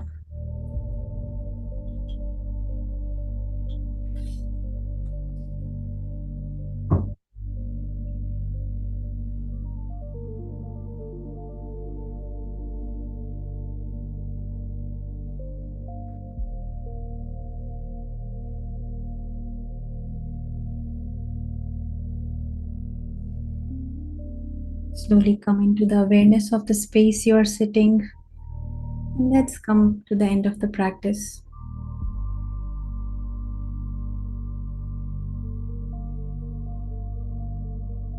You can move your fingers, wriggle your toes a bit. Come to the complete awareness of the space. Taking your time to absorb this feeling. Keeping both of your palms on top of your eyes and feeling how your palms feel right now.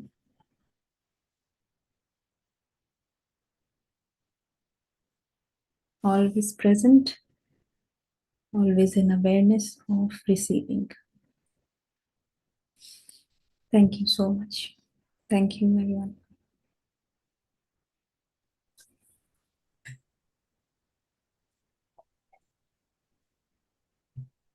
Thank you.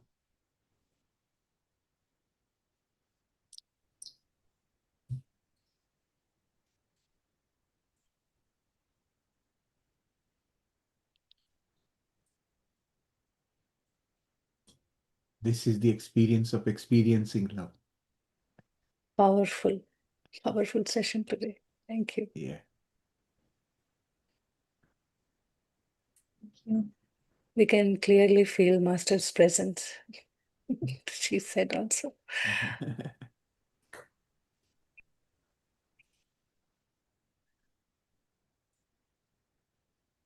Yes.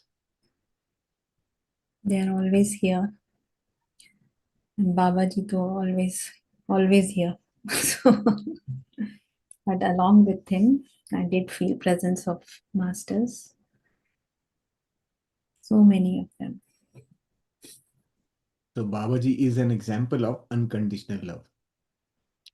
And Right? today, the morning, and when I was coming to this place, I carried my notebook, pen, and water cup and everything. Like I was holding like this, and I was standing at my door. What, which one to put first? And then I felt like a tap from the behind. Oh, move aside, I have to take seat. So many people are attending who we can't see. That's right. Everybody has gone formless in this group. We can only see their names. And nobody shared what I asked, right? Start sharing your because I get acquired with Hindi group many times, so I'm not able to put so many things in English group, but you can put with your experience, even your questions, your understanding, everything. Just then Yeah, make it your experience. It is for everybody. Your experience add to our experience. we Even if it's a question not understood. but both the groups are distinctly different, very distinctly different, both the groups, right? So, and those who are attending both the groups can also see what happens in the sessions there and what happens in the session here. They're extreme. Like there is, I can um, personally, I can feel the information being channeled is very different, Yes. right? So that itself tells us that masters also are recognizing where what is necessary, Yes. and they are automatically tuning the discussions to that direction. I got beautiful insights today to expand on our own understanding, lot of clarity on um, how we can help experiencing love, or the struggle that some of my intelligent participants are having with expression of love. So very good clarity came today, right? So intelligent people will have problem with love. Know that, because they are two different things, very different. Intellect will not let you solve the problem of the heart. So more, there is more that what I am thinking is we'll discuss that tomorrow. Today we can after we talk to our questions, we'll go through the workbook, and then tomorrow we will spend most time um, expanding on our knowing, right? We will do that expansion of knowing. And I am hopeful that many of your questions will get answered there, right? Shailesh, So, it's already 2 hours, so I think mhm. we should do the activity workbook first, Shall and we we do can that? Yeah. do open discussion tomorrow because I will not be doing any more summary or description because it's been Yeah. very precise and everything Yeah. is covered. So Yes. we can do that tomorrow. So let's cover up the activity Mhm. workbook Yeah. quickly, and then we Uh, can have as much sure. talk. Okay. Okay, Jasmeet just little more patience, huh?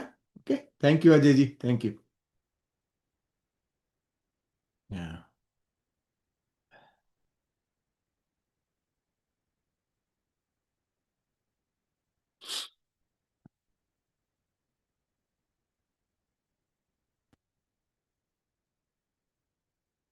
And let me add before we go, this is Yeah. this activity workbook, this particular Yeah. practices, Today and the you do the explanation.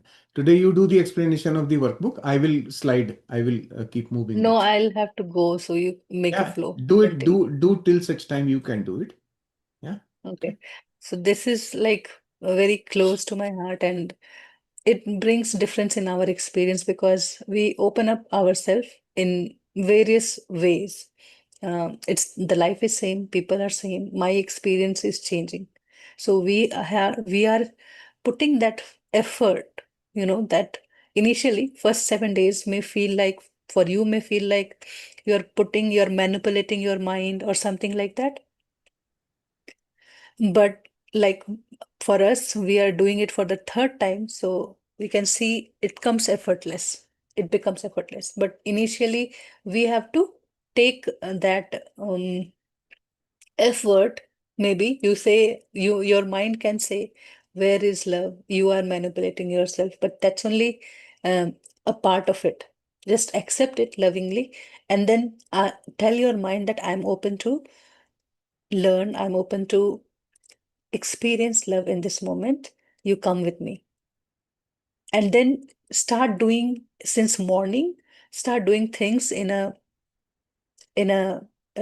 flow, in that note to yourself that I am going to experience love in everything that I do, in all my actions, in all my thoughts, and in all my beings. So that is the affirmation we want to start with every day for this week, especially. So there's a purpose of the chapter which is extracted from the chapter itself, and it is precise. And it starts by taking our awareness what this chapter is about. So what we are going to gain out of this chapter. So far you have been developing the conscious awareness that love is what you really are. So it says that you identify, the chapter has the explanation. So it is like bringing you, like you start, whenever you come to the activity workbook, you start reading this slowly, understanding, and let yourself remember what you feel in this moment, what part of the book you remember, because these are the crisp extract from the books. So what reminds you from the chapter, so that you can see how much you have taken inside. And it's a quick reminder for you, instead of reading the 4 or 5 pages, here only 2 or 3 paragraphs. So now we will shift to directly experiencing love as the fundamental reality of existence and recognizing. So it is going to be my every moment of experience that I am experiencing the fundamental reality of creation, which is love. So you have to tell yourself that, remind yourself that love as your true nature, and love is the connection with all the creation where I move around, the space around me, the objects around me, they are all I'm connected to them with love. Love as a field through which life is experienced. Now, when we come to our love relationship, people, work, and everything that we do, there's a field, and it is actually talking about the unified field, which is not sitting somewhere in the corner. It is inside me, around me, it is everywhere present, and that is the field of my life where I'm experiencing love. It is love. So it also instantly takes out the fear from our head, the fear of unknown, unfolding, whatever is happening in that moment.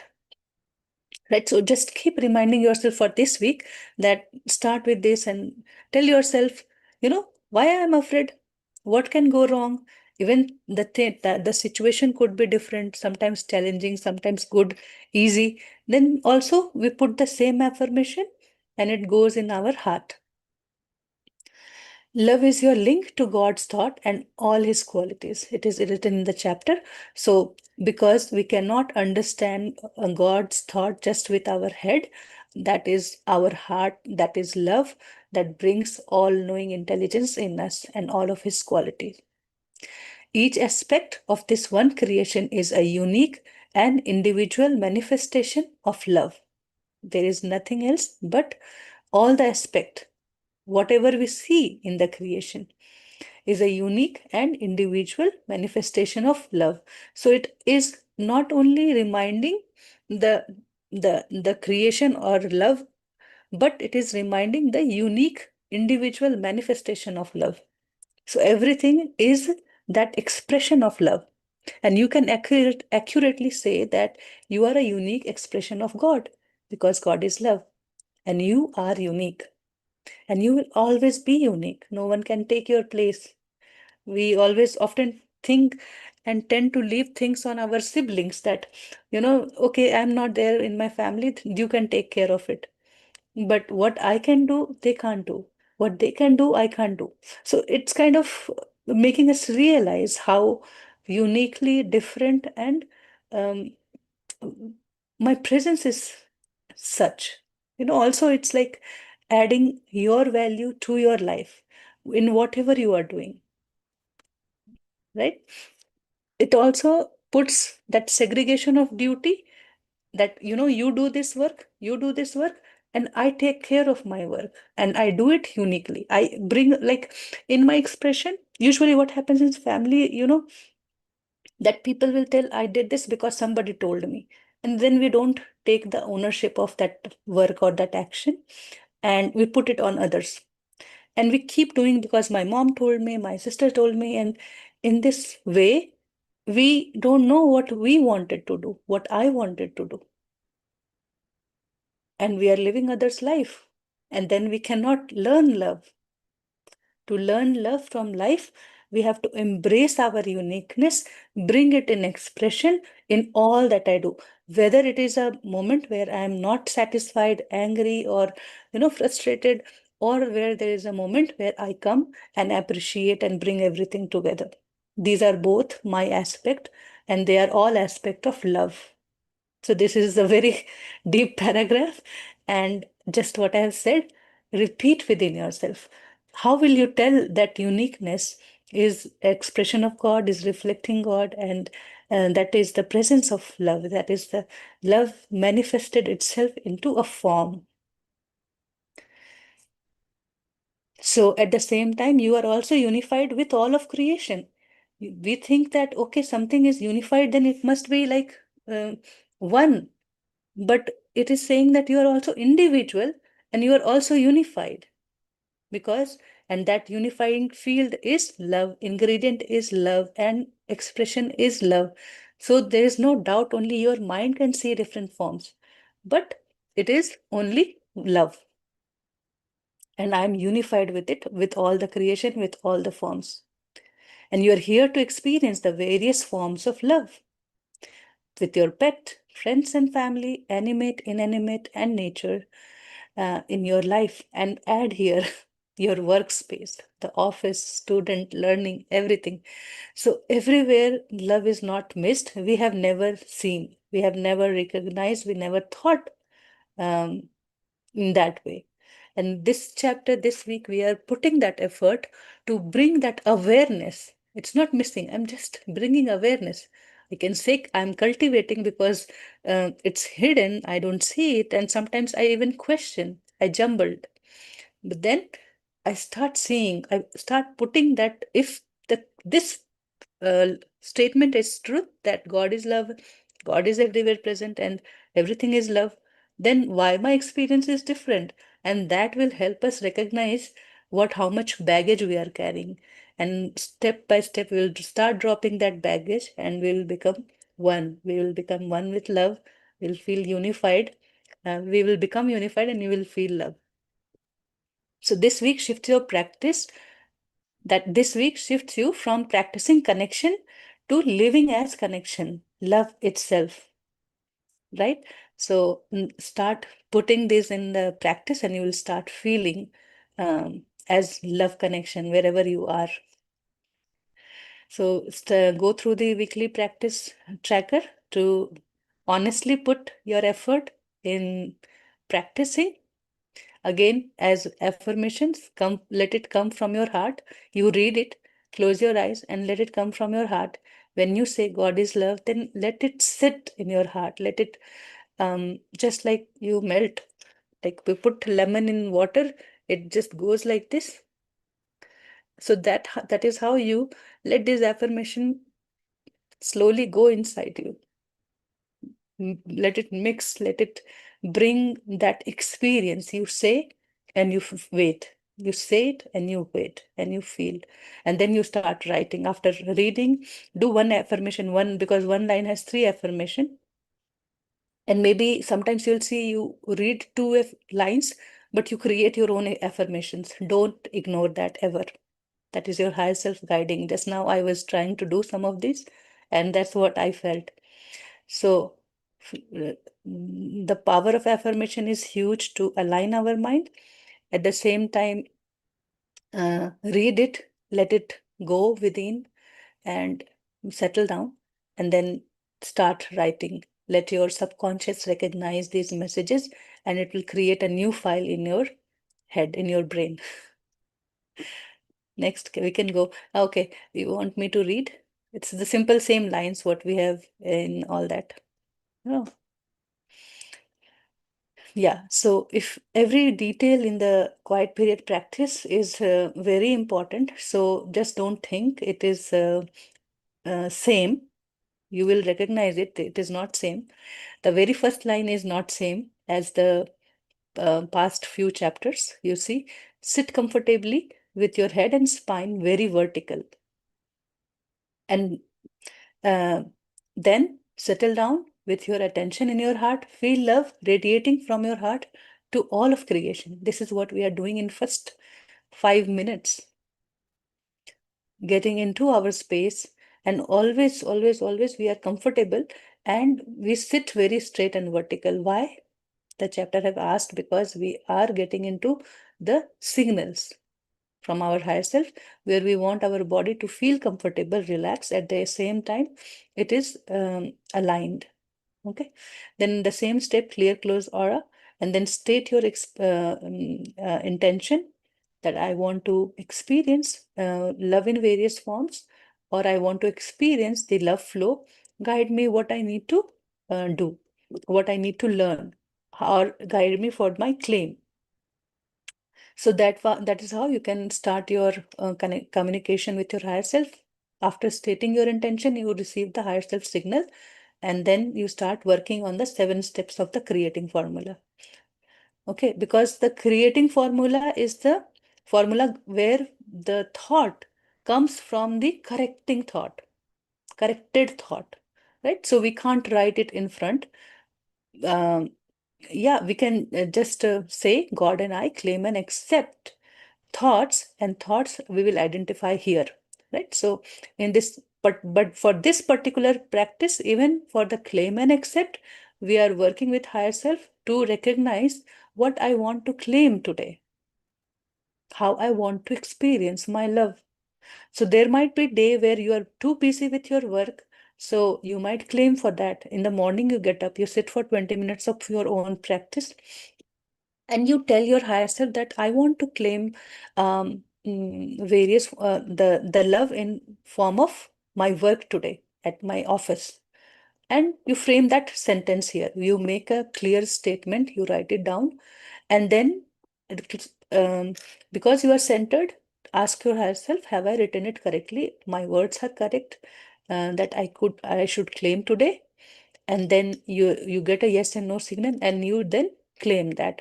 Then you claim and accept both together. I claim experiencing love from my office work, and I accept experiencing love at my office work, right? Whatever you claim, you accept. No gap between the claim and accept, and no doubt. Whatever your claim is, your experience when there are no doubt. So work now, start working through your thought, completely remove doubt from your claim. So ask your higher self, what thoughts are blocking me from experiencing love at my work? And then you start seeing what floods in your head. You may get your images or those frightened meetings, discussions, and timelines. You can all put that all here. And then just sit with it. Maybe you take day or two to correct those thoughts, but let it be there, because now you have put that to your higher self. The experiences might come in a day or two, and as you flow through the day, maybe in the evening when you come back from the office, and whatever your perception was, and your experience is totally different, right? So start writing that here, whatever thoughts that is blocking. And if you get instantly corrected thought, you write it down beside it, and then you finally come ahead, and then you thank. And yeah, here's the column where you will write that. Then you just claim, forgive, with forgiveness and thanks, allow um, your creating formula to complete with amen, right? And then go down. You end your quiet period practice, and then you practice your creating formula that you will write with your corrected thought. So God and I claim and accept thought that I feel love and peace at my work, with forgiveness and thanks and amen. And whenever you see, wait for that moment where there is no resistance from within.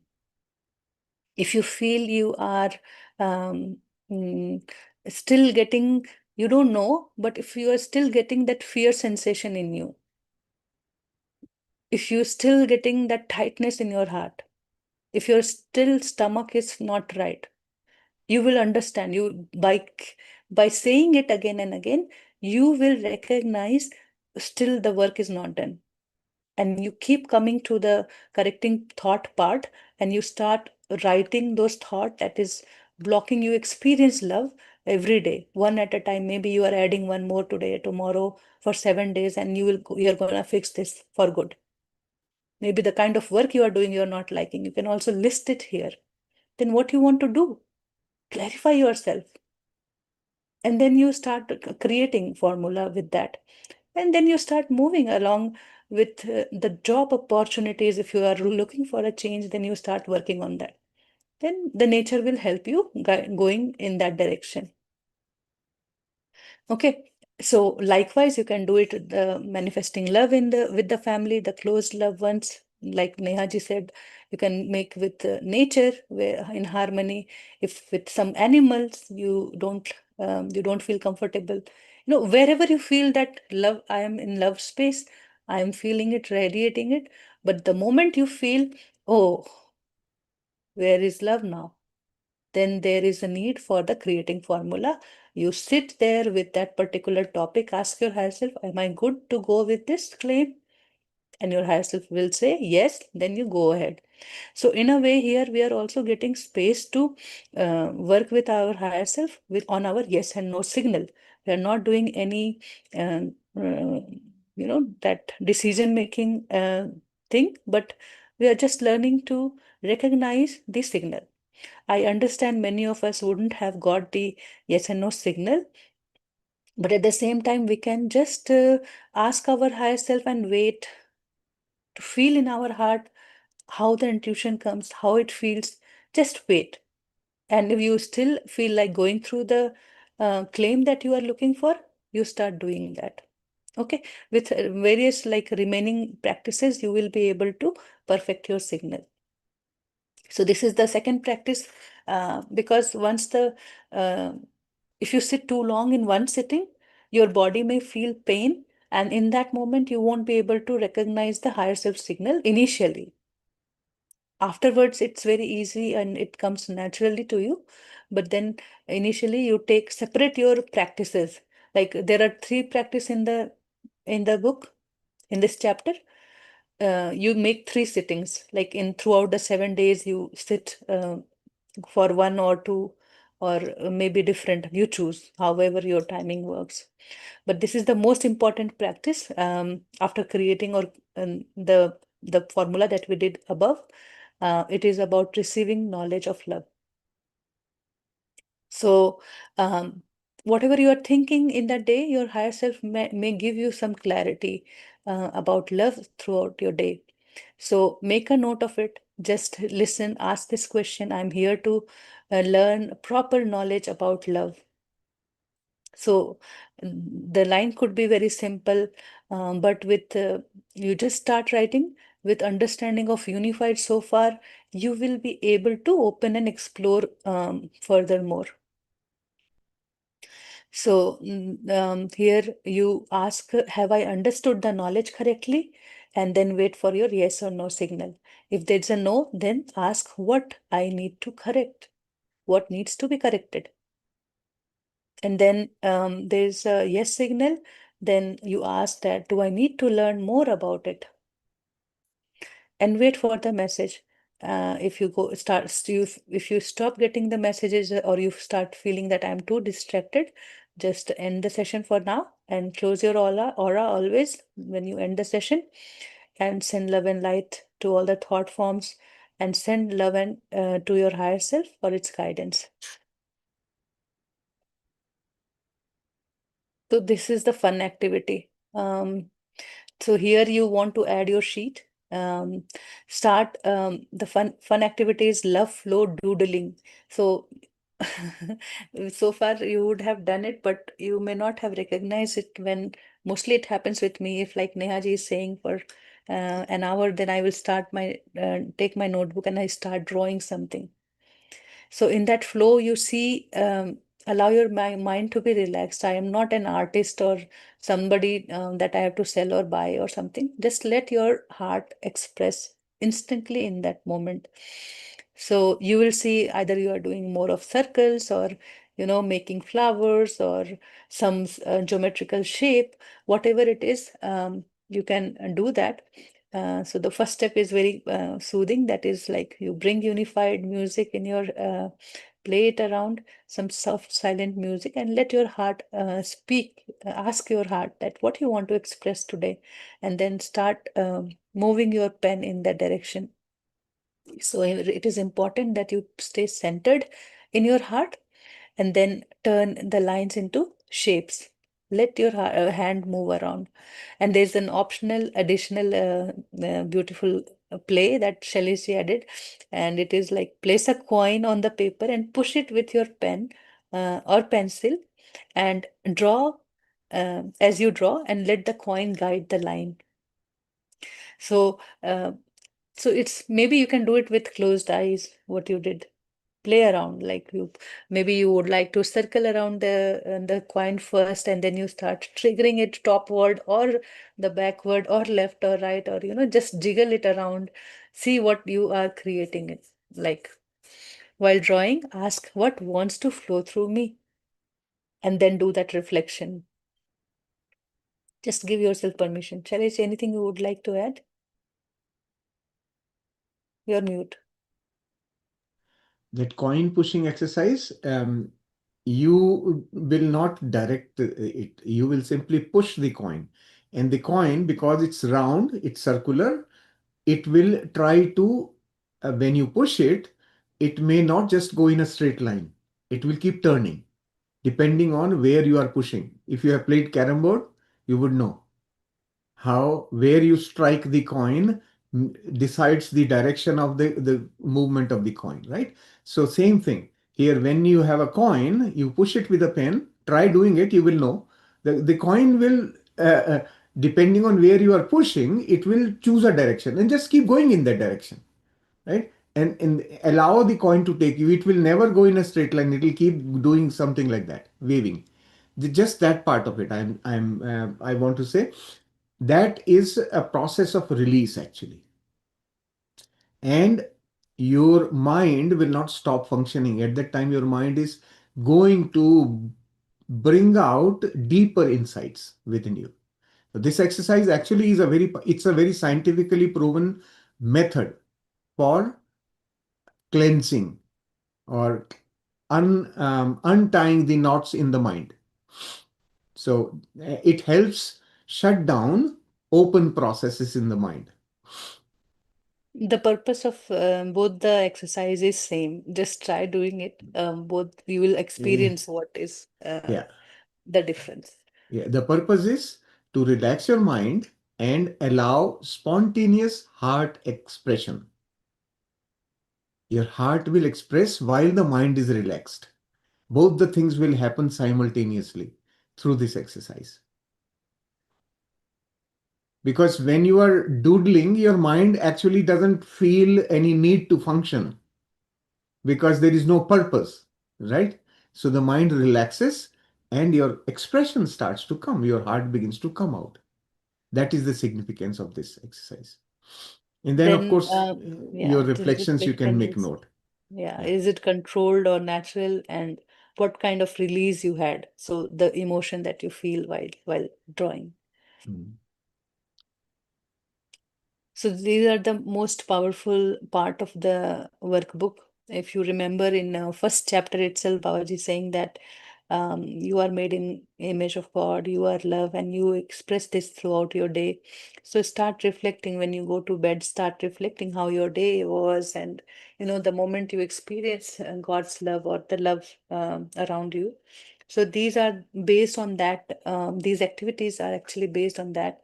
So sometimes it will be like a reminder for you to stick to, and sometimes it will bring your awareness where you are. So observe as you go through these activities. Some may not go to office or work, or not a commute is not an everyday activity, But then you can make this activity as you plan to go out to get some groceries, or some nature's walk, or anything like that, or even like you are sweeping from one room to another and you are moving inside your home. Then you can bring this awareness. Just maybe you sit, you read this, and then you start moving. Maybe like that you can do. And for those who go to the office, then you can plan ahead, make a short cheat sheet maybe for yourself. There you can put some of the notes or reminders for you for this week. So this is how to make it handy and not a burden, or why I'm missing it. You can do such things with your work, or you can plan it out. So while moving through your day, centered in your heart, it's a reminder that you be there. Gently ask within, where is love in this moment? Then that moment will change into that present moment. So we are not forcing ourselves to feel love, but in that present moment, something may shift inside, or you may see things differently. Maybe like you have decorated the home, but for the first time you start seeing that, oh, this piece is here. Oh, this is what it is reminding me. Maybe the time you got that piece, that art for yourself. So just have that reflection, that moment of something being reminded, because whatever a single thing that we put in our house is a message to us that we kept for some reminder, and it is there for a reason. So start noticing it where love is already present. You may remember some of the arguments or some of the things, but maybe just you can remember, oh my God, I was already connected with that. Or maybe it will show you a heart sign. Particularly, I remember for this week, many of the participants will share how they recognize the heart sign all around. So I think from last year itself, when I started going out for a walk and I started watching all the trees as I walk, I started seeing every tree in the heart shape. I started seeing that the bouquet of flower is in heart shape. So after that, I started recognizing the heart shape all around me. Even the pen I was holding for my journal, I never noticed it had a heart on it.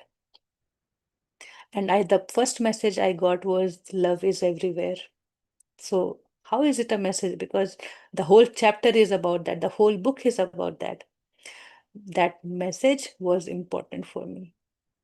As you remember, week 4, it says the universal truth that you will get is for you to use and see if you need to change something. You need to, align yourself to it. If you need to correct something, or how to live that truth, what you have received. So these are those messages about love, whatever you will learn in this chapter. Maybe you need to do a creating formula to correct your thinking. Maybe you need to apply that in your life. Why you would get that knowledge? What's the purpose? What's the need? So it is because of that. So start noticing all those little moments of, those precious moment of life, so that when you will leave this plane, you will be at peace what you created here. So observe how everything, shall I see what is there around you, is expressing love in its own unique form, and it has a purpose. So become aware of it. The car carrying you safely if you are driving. So the song, you remember, we have this Hum Sab Prem Hai song is based on this chapter itself, where uh, when I play in the car and then start seeing everything as I play, it just puts me in oblivion. And it's like I'm driving, but I'm not there. It just brings that oneness. So try experiencing that in the car. You put those music and feel it. then every rekha, that line is that har rekha mein wahi prem. So that will feel you, that you will feel in your heart, like how I was missing so much. Then this is the next, the road connecting people and places is the is love. The fuel that is fueling my car, the energy, the movement supporting my journey is just become aware of all these things. If you don't feel love, just don't manipulate yourself, but start recognizing all these things. The people creating systems that allow daily life to function, all that library, hospitals, and offices, whatnot, and the skies, trees, light, air, space surrounding you, just become aware of that. So these are all present moment as you commute, and then see how countless expression of creation are continuously supporting one another in harmony. Even simple moment can become experience of love when observed in awareness. So make a note of it in your journaling section about how you experience love during your commute today. So this you will do after your commute, maybe just as soon as you reach office or you get down from your car or you complete your journey. Maybe you have your journal or phone to make a note, or as you feel comfortable, you can make your arrangement for yourself as per your need.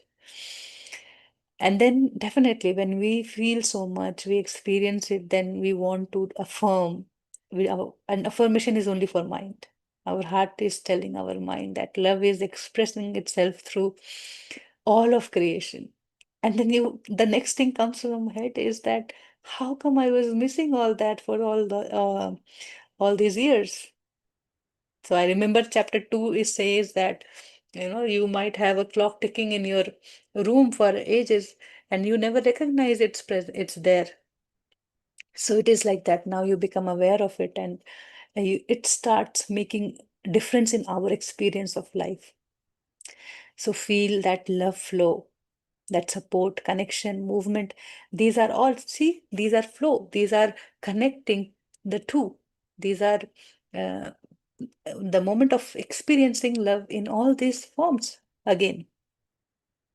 So allow yourself to recognize that love is not limited to emotion. This is the one catch.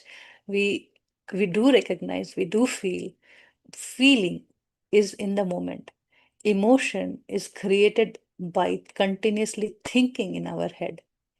So definitely the energy that we feel in that feeling is that emotion, but it's the one that is real, that is authentic.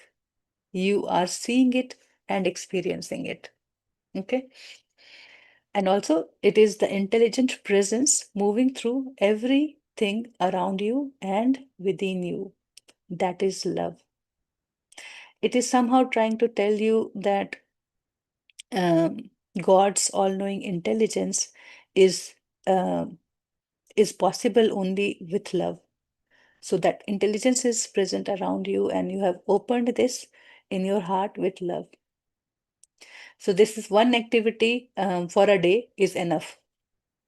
If you can do the another activity, I'm sure many of the male participants are not cooking, but you can do this activity also someday, once in a week, and see what comes from your heart. Cook for your loved ones.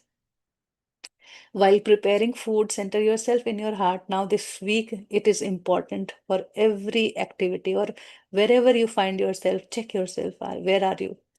Pause for a moment and observe how everything around is expressing love in its unique way, contributing to your creation. Because in the kitchen, we are in creation, right? So feel that love, that when you are in your heart center, and then you will look around, come to the cooktop and the fire energy, just observe the pots and pans and utensils serving their purpose. They are just there, just observe.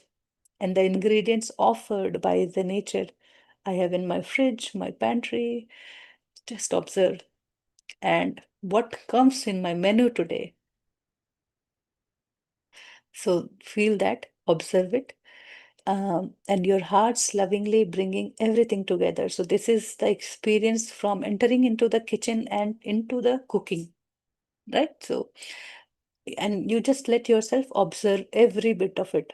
So in that moment, what is happening? I'm not thinking about anybody else. I'm not playing any of the sessions recording or not even paying attention what people around me are talking. And I have taken long time to master this. Now, many times I feel I do not even hear what others are talking around me and when I am into something doing. So now observe how countless form of life, energy, and intelligence are cooperating in harmony to create this nourishing meal. It's not just the money that I paid. It not only came from my salary, but nature is offering its service at no cost. We don't pay to nature, but when we bring our awareness to this, we start experiencing what it is offering me, and that is love. That is the payment to nature. We grow in love. So as you cook, serve, or clean, you reorganize. Watch your actions. They are all expression of love. They are in motion. Then affirm yourself after this work, this is this is love expressing itself as nourishment. My food is love, and it is love is nourishing my family, my body. So you may want to put this in your kitchen cabinet somewhere, that you could remind yourself the first few days, maybe one or two, and then you will master it, and you will start creating your own. See, whatever is written, I added a few more, right? So that is how you will be adding few more from your end. These are just like a beginning. Oh, it's a lot of time. Feel giving, receiving, love connection, love flow and connection. The entire experience become a quiet recognition that love is present in every part of creation. Where there is creation, there is love. It is expressing itself through all things uniquely and perfectly. So have that kind of recognition that, what you observed.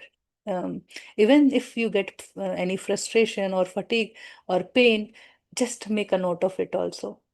And it will bring you your awareness, what was going in the head. I was not there in the present moment.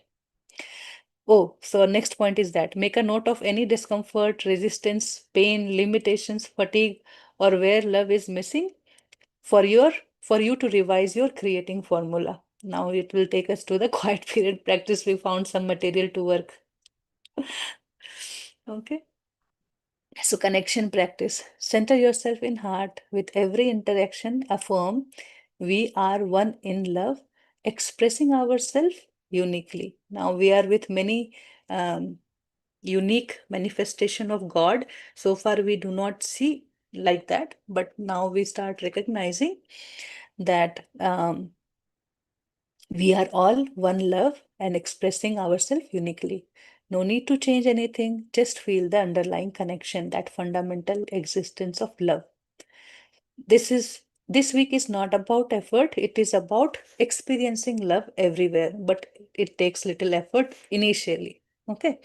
Throughout the day, observe a smile, a kind word, appreciation is love we receive in many forms. So these are the form of love again. Caring for someone is love, joy for another, compassion is love. Like in the book also it is given. The silence and stillness is love. Sometimes we don't say anything. We don't know what to say. Then we don't have to say anything. We don't even have to say that I don't know. Just be in that moment, say nothing. And then sometimes all these things we have been working upon, that is our mind, all this attachment, frustration, anger, that grudges and all that control, they are also, if you look down, like Nehaji said, if you go deep within, you will find love there. So why this is one line? Because this is where we have been working so far, and we are becoming more aware of it. And we start reflecting, and whatever we receive here, it goes back to the quiet period practice for my creating formula, correcting thought. So now the chapter says you not only experience love with people around you, but you also experience love in the nature, animal, animate, inanimate things, sky, space, stillness, and simple presence. You can list whatever you feel differently. Everything is an experience of love. Journal your experience of love with people.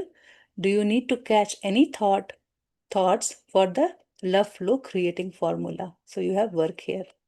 Okay. So here you have bedtime practice. Everything is same. Someday you unify with God. Someday you just do forgiveness and send love.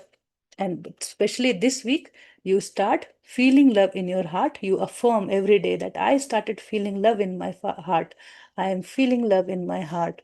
And I radiate this love, radiate feeling the heart connection with everything in the world as you send an infinite supply of love. Feel love in your heart and radiate feeling the heart connection with everything in the world as you send an infinite supply of love. Initially, it will feel like, okay, I don't feel anything. Then just be there with that feeling. I don't feel even a movement. I don't even feel a little pulsation. It's okay. But I'm just feeling my love, and intentionally, my mind with my thought, I am sending love.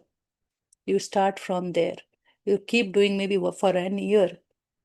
Then one day, maybe it'll click. Yeah. So repetition is important for this particular exercise. So then thank and go to sleep. So love is not something you give or receive. It is what you are, and you are experiencing it. And the true condition of experience, how we can experience love, is when we live our uniqueness, when we allow ourselves to manifest or express our uniqueness in whatever form, whatever role. Read the chapter and then you will see that paragraph. Then it is helping us to feel that love flow in our heart. So, Shailesh, please continue with the journaling thing. I just enjoyed sharing all this. Good. Thank We'll you. Thank continue you. tomorrow. Thank you. Thank you. Yeah, carry on. So I will take it from here. And right after this thing, I'm going to show you Deep Malaji's doodling, and I will show you more about it. Okay, something more beyond what you have doodled. So just stay there. I'll quickly finish with this daily reflection thing, and then we'll go there. Um, what forms of love did I experience today? So these are some questions you can ask yourself while journaling, so that you can bring up your thoughts. Your experience comes to the pen. What forms of love did I experience today? People, nature, self-silence, joy, compassion, etc. Note the feelings you experience from your heart that are expressions of love. Whichever way you feel was an expression of love, just make a note of that. All of us have different understanding. So you will begin to know your own definition of love. Did my yes and no signal feel clearer in a state of love? Your yes and no signal also depend on your own state. If you are in the mind, you may have different experience. When you are in the heart, your experience will be very different. So was there reduced effort in sensing inner guidance? So in your heart space, did you feel less resistance? Was it easier to sense? Did I notice moments where my mind was confused or my heart was clear? Right? So basically differentiating, was I in the mind or was I in the heart? Just make a note. Did I experience love without needing a reason? Someone needs help or pain, etc. So without that reason, did you feel like, right? Did you experience love? Note if you felt like that, right? Without a reason, you just felt love. Maybe a sudden recognition of my heart space in the middle of doing something, right? This happens to me all the time. Throughout the day, I keep on experiencing this thing like all of a sudden, I will feel something to my notepad. I will have a feeling for my pen, or to the spoon that I'm eating my food. While eating the food, all of a sudden, I have a feeling for the spoon. If, if, if it was not there, how would I be eating? All kinds of things happen, right? So your inner experience of whatever you are doing. When you are in the present, you will experience it. Maybe a sudden recognition of my heart space in the middle of doing something. So this will happen as well. Did I feel connected even without interaction with surroundings, people, etc.? So even when I was not interacting with anyone, by myself, did I feel connected? Connected means connected with the heart. And when you are connected with the heart, actually you are connected with the entire creation. Know this thing. That is the connectedness we are talking here. So did you feel that connection? Your own connectedness with the entire universe, the entire creation. That's how we are all connected. We are linked. That's this chapter is telling us, right? So know that if you have experienced it, make a note of that. That is really a big thing. And that can happen only when you are in the present moment. Cannot happen otherwise. So this is all about the workbook. Yeah, for today. I will briefly show you a picture of my higher self. I don't know if you have a picture of your higher self. I have mine. So this is the picture of my higher self. Let me just make it a little easier for you to see. That's my higher self. Okay. All right. We'll bring it back to where it was so that I can share the other thing. All right. So now I will just show you the doodling of Deepmala ji. So this is what she got, and this is beautiful. Perfect. That's what I was expecting you to do when you do it with the coin. These are the kind of lines you will see there. Absolutely good. Now, what more can you do with it, Deepmala ji? That's what I will just quickly show you. Where is that thing?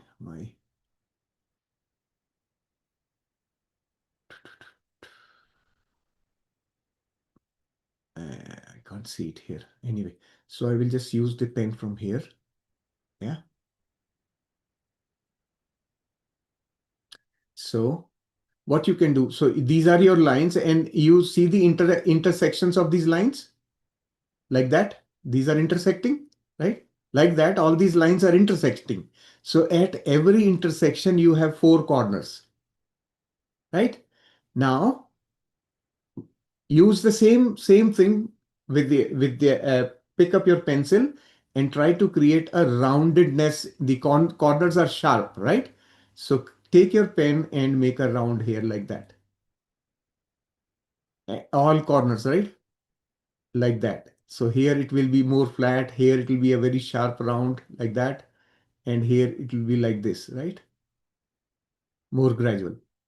That's the kind of rounds you will create, right? Now, fill up these corner spaces that you have now created, those pockets, then fill it up with your pencil, right? Just color it like that. Each corner, just color it.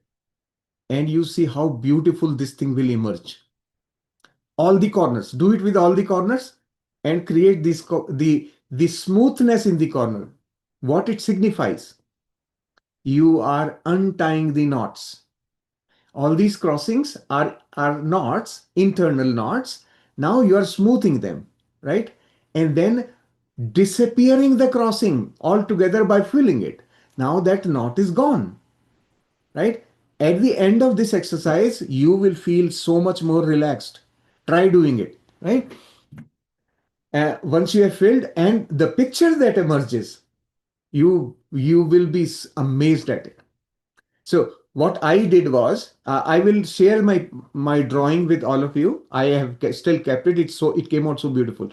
So what I did was, once I had done it with pencil like this, I took a pen, a black pen, slightly thicker than the pencil, and then went over each line consciously on top of this pencil. I did with a pen, and then I did this corner thing with the pen, right? And it popped out, I mean, just like that. And then I filled all those enclosed spaces that were left. I filled them with different colors, and it emerged as a beautiful painting. Actually, I will share it with you all. I have done. I have a picture of that. You can see it. So this is when I looked at your sharing here. I thought I will tell all of you what more can you do with it to just untangle the knots in the head, right? These are they are sort of mind will not understand it because this is coming from your heart. Your intuition is guiding it, right? Your intuition will guide. All these lines are not just like that. They are not random lines. If you think that they are random, they are not.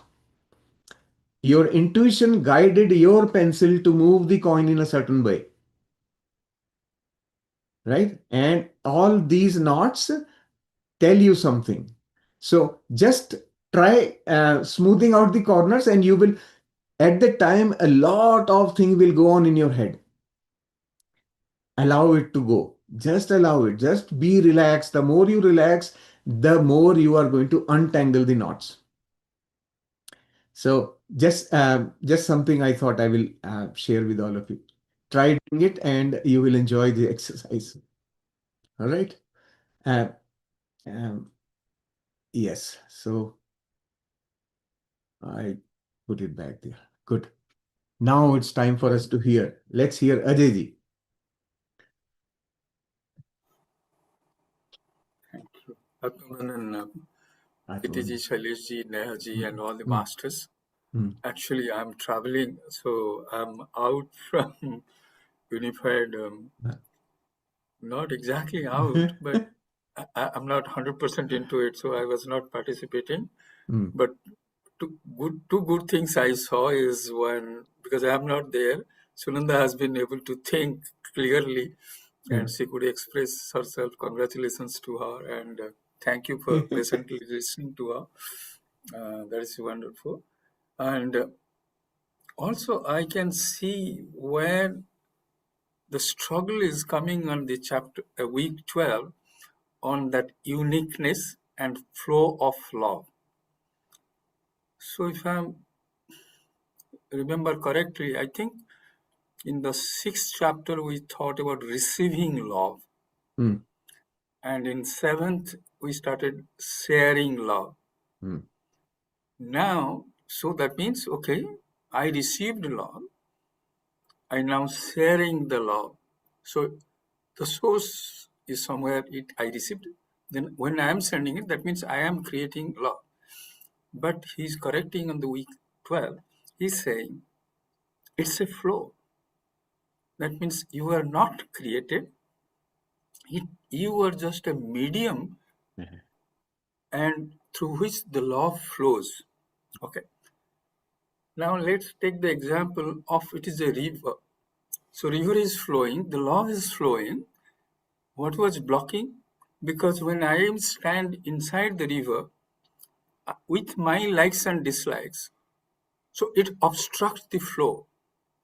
So one way of interpreting is, okay, you let go your ego, let go your likes and dislikes, so you go with the flow. Okay, so I go with the flow. So what happens? So when I go to when the river meets the ocean, so I am totally merged. So my identity as river is gone. So it's lost. So that means that can be fear in the mind of the seeker. Am I becoming a zero? So that's why, and this is not here. This is also in Vedanta. This is also in Bhagavad Gita. I will touch upon why it is so important and why he has brought this uniqueness into it. It is why. Let's take the example of a concert. In a concert, there are a lot of different instruments are there. Each one has its unique contribution. But when it is in concert, their ego, that I am so beautiful, I am so and so, it is lost. So what is lost? My egoistic identification is lost. But my uniqueness is not lost, because that is the beauty of the concert. And that's the beauty of the Lord's divinity. He's saying you become an expression of the Lord when you stick to that uniqueness which you have Where you from got it? Because if it's all God's creation, it's God's creation, His uniqueness. So your uniqueness stays with you, but your egoistic identification goes. So that's why concert is so beautiful. So that's why, okay, I'll take you to Bhagavad Gita. So when he is teaching Arjuna, he's not telling Arjuna to forget, you become me. No, nowhere he's saying. What he's saying, live by your swabhava. What is your swabhava? You are a Kshatriya. You are the chief of the Pandava army. It's your duty to fight. It's part of the creation. So fight, but not with your hate towards Duryodhana, not with your hatred that how I can live, where from we'll have a house or money or a kingdom to live. Not because of that. So there is a tussle there. It's very unique in spiritualism. So that's what also, please, it may be a little disruptive to think in that. I don't know whether, but I can see, I can show you where this came, why he emphasizing uniqueness, because uniqueness came that you are unique, you will stay unique, but resonate with that uniqueness, not with your ego. That I am so beautiful, or I am so, that expression of that excellence. No, that excellence is also of God. You become a part of it. But even if you are a part of it, but you are not losing your identity. So now what happens? Okay, let's go to the Advaita Vedanta. Advaita Vedanta saying, you are Brahman. If I am Brahman, that means there is no distinction between me and the Brahman, me and the God. No distinction. Is it like that? If it is like that, then Adi Shankara, who is the unique proponent of Advaita Vedanta, what he was doing after his got realization, going everywhere, uh, empowering these gods and goddesses, whatever it is there, all the hymns and his teachings, why he was doing it? Because your uniqueness is gone. No, his uniqueness has not gone.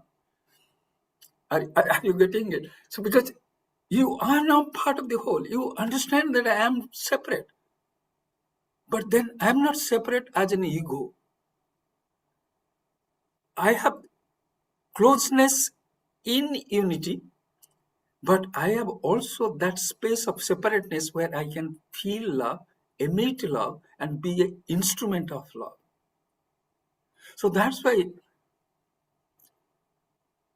Ramanujacharya in Visishtadvaita, what he said, that you are part of that Brahman.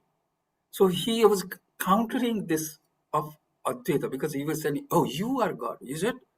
No, you are not God. You are part of it. That's why Hanuman is saying, I am a amsa, I am a part of you. He's not saying, I am you. He said, as far as if you say Atman, you and me, we are same. But as far as Jiva and Ishvara is concerned, I am a part of you. That is Visishtadvaita, Ramanujacharya. They said, no, your uniqueness doesn't go, it stays. So that's why he differentiated himself from Advaita. So this uniqueness has history. That's what I wanted to bring it. Why it is so important? What Nehaji has described, what you have said, what Pritiji has said is beautiful because I can see through it. But then why it is so unique is this. That's why I wanted to share it because I was not in 100%. So I thought it would be disruptive. So I was keeping myself mum. But I thought, okay, let me share The- this with you. Absolutely. All the uniquenesses only create the symphony. Yes. At the end, when you want the beauty of symphony comes from unique sounds created by each instrument. Uh, And all the sounds are unique in themselves. However, the source is still the same. That abs- vibration is creating the sounds. So one vibration is expressing itself in so many different sounds coming together as a symphony. And he's not saying you can, nobody there, no instrument can say he is the unique one in this whole concert. No, Oh yeah, yeah. It will be unique just is gone. exactly. It will. Individuality is gone, but Yes. unique stays. Rasgulla and Rasmalai can keep fighting forever. They will not. Yes. They will not be able to win. Why? Because they are both unique expressions of the same sugar. So, So so yeah. So this, yes, Saleji, please go ahead. Sorry, the sorry. it every day you have a plate full of different items in for you to eat as a meal. Your meal comprises of several dishes in that same very plate. Even that little chutney plays a role. Yes, It has its own uniqueness and significance, howsoever little it may be. yes, yes. And it makes the whole meal delicious for you. Right? That's why when, This is the meaning of that we have to learn this, right? Ultimately, when the river flows all the way down to the ocean, just before meeting the ocean, if you have seen that scene, how river meets the ocean, if you have witnessed it with your eyes, you will know it reverberates like anything. absolutely, absolutely. That junction, there is Yes. so much turbulence. Why? Because it is afraid of being lost. Yeah, But once it merges, the flow changes into a peaceful, expanded existence. yeah, Then the river can say, I am the ocean. That's absolutely. when we can say, I am God. I Love. am love, right? When you have reached that place where everything is now still, Yes, right? I have become the ocean. yes. That's a Yeah, beauty. this is so beautiful. This is so beautiful. But and uniqueness of unified is in so simple sentences, words, and way he's putting so complex ideas. And it's because it's truth. Even after 5,000 years, 6,000 years, even if we are discussing today on 21st of August 1926, just imagine 5,000 years before, it was same thing they were discussing. Yes, absolutely. So can you see the beauty of this unified book itself? I love it. Just presented, it's basically old wine in a new bottle. Absolutely. Thank you, thank you. I Thank was you. afraid that I will be disruptive. That's why I No, was no, no. keeping calm. But All, I thought, yeah. okay, This is very much in tune with the chapter. What you explained is the perfect understanding, right? In this chapter, what we are being made to experience through experience, know that even though we are unique, but we are still connected. We are still part of that one.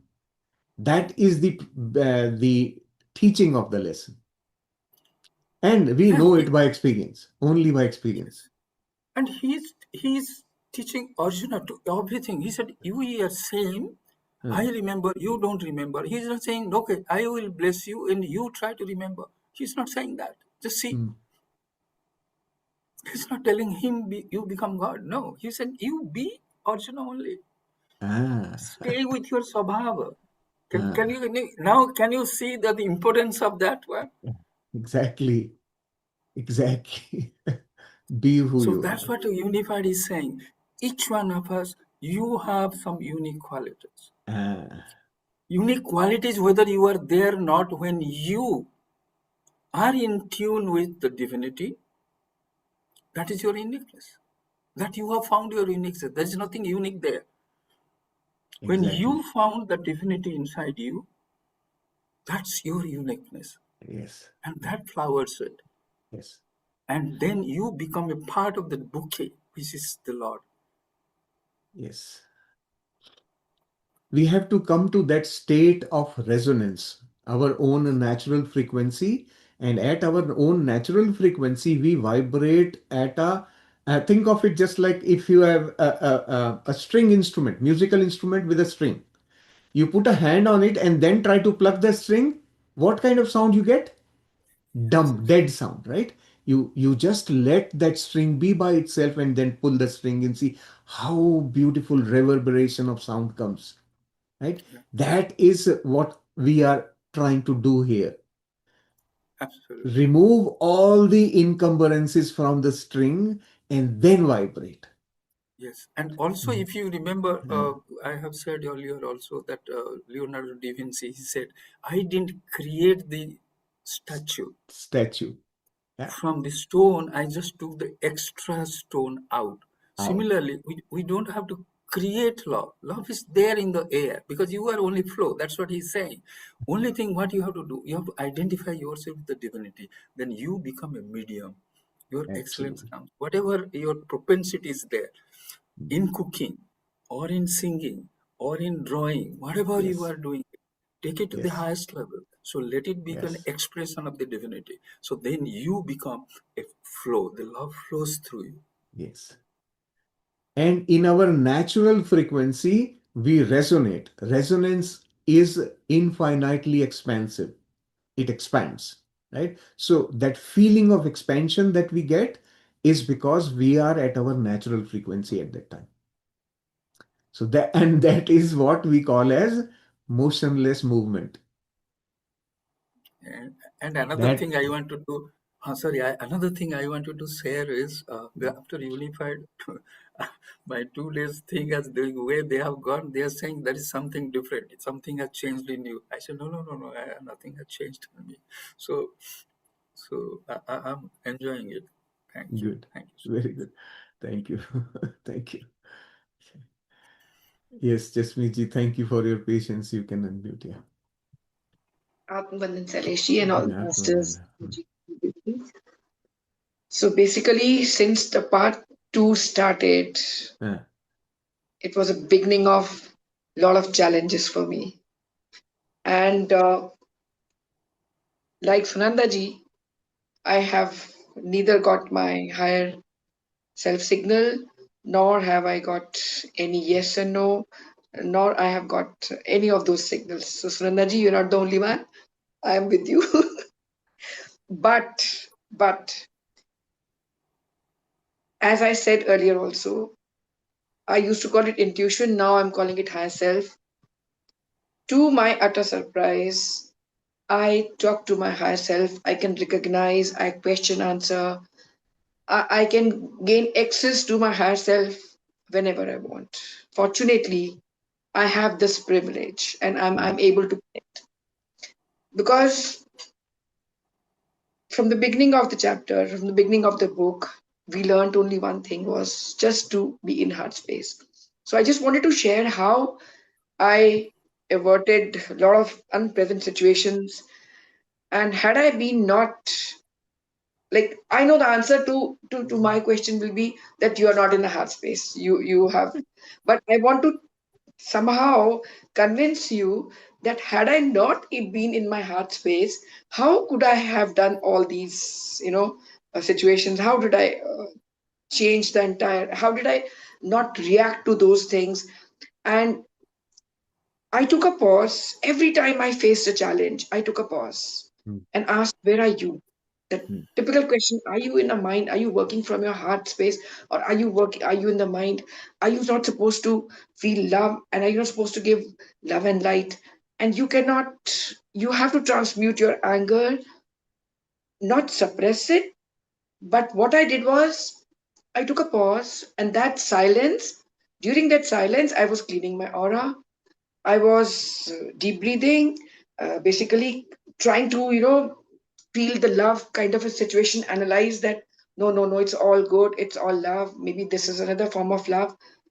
And just this practice really, really made me so happy that I cannot even express the kind of. I mean, I feel like a winner. Ki I have at least, have got some results in some form.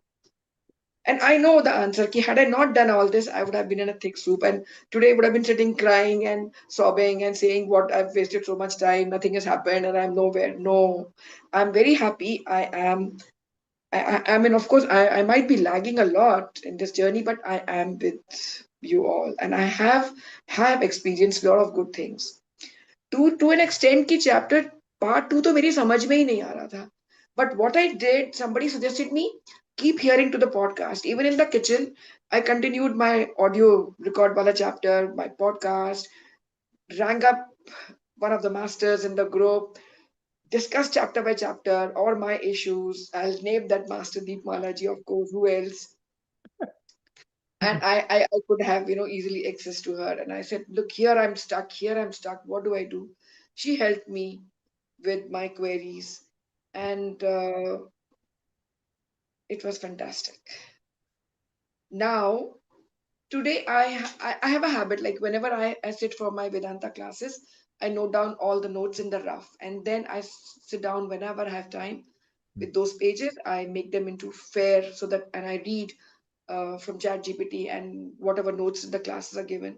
So today I was writing my two classes pehle ke notes, where I felt that what this love we are talking about, is it not this Brahman or this reality? In short, I will just say a few lines. We are talking about the type of the three grades of reality, like Satyam, the three levels of Satyam. So first level they said was a Pratibhasik Satyam, the apparent reality, where even Ajay ji gives a example of rope and a snake, which is a typical example of Advaita Vedanta. That when we are a dream, when we are in a mirage, we always feel that this rope is a snake, and when you are in a better when the real light in the lighted this thing area you see, you realize ki, oh, this is not a snake, this is a rope. So this kind of a reality where things are apparently seen as what they are not, that is a kind of an apparent reality. The second reality is vyavaharik reality, that is epic empirical, like what when we wake up, like a waking state, whatever transactions we are having with the our body or with other people, or when they're eating food, or we are falling ill, or we're taking medicine, whatever, in the waking state, whatever transactions we are having, is this the transaction reality? And the third satyam, which we call, is as paramarthik satyam. In this, they say this ultimate reality, which is the absolute reality, is Brahman. This is the base. So somehow today I felt that this love, what we're talking about, unifying with love, creating and being one with love, is the actual reality. This is the basis, like this is the fundamental reality of our existence. सब कुछ Right. अगर हम प्यार से करते हैं, सब कुछ, even I mean talking to each other, in our behavior, in our day-to-day transaction, love is the fundamental reality, which is, you can name it as uh, naam roop, as a Brahman de dein ya love de Mm, dein. I somehow I mm, felt, I don't know whether I was wrong or right, if I call Brahman as a state of unified, like a love kind of a state, which is actually the true reality. बाकी सब तो transactional and false level पर apparent realities हमको दिखती रहती हैं, but actual reality तो यही है कि ये प्यार ही base है सब चीजों का, यही mm. हमको unify करता है with all the creation and with each other. Right. This was my today's learning with my notes, and Right. I was trying to uh, you know sort of link it with what we are doing in Unified and what we are Mm, learning in my Vedanta classes, which I've been doing it for 5 years. mm, But I learned from Ajay ji to just connect how things are, because mm. basically it's all one and the same thing. Correct. Yes. Ji. So And I have, now, sorry, yeah. I'll please go. So now your final learning of today, whatever you have got, make it your experience. Ji. The ultimate reality, make it your experience. How will you do that? And that's what this chapter is about. This chapter is about not intellectually understanding it, Hmm. making it your wisdom, your experience. I am experiencing in lot of Ah, things. I am experiencing. I mean, so just you, nurture that one, right? Just nurture, yes, support it, nourish it, allow mm, it to blossom. true. That is the real fruit of this book. But Saleshi, I have to make a lot of efforts to do this. I keep straying, keep straying. पूरे दिन में मैं खींच के लाती रहती हूँ कि no, no, no, no, go back. What is this? You're not supposed to. You're supposed to feel love, and you are love. And why did you think like that? Come back, come back. I keep हाँ, pushing myself. यहीं पे Come गड़बड़ back. है. That is where the problem is. That's what I'm saying. I'm being very To, truthful. so It's not tomorrow, automatic from me. I have to pull myself and remind to, myself. Hmm, tomorrow you have no vacation. You have to attend the session tomorrow. I am going to talk about this. okay. Right? So you have to be there in the session tomorrow. Make sure. Okay. If you can't, so And don't worry. You can later on listen. Tomorrow's session will yes, answer many things. I'm going to okay, explain many aspects of the knowings of this chapter in further detail. Little all right, more. Okay. Tomorrow we'll do that. I need a continuous time to go through a sequence of things. okay. I made a And note then of those things today during the session as Neha ji was explaining, and then she went through the meditation. I was making my notes. So the outcome of that I will share tomorrow for all of you.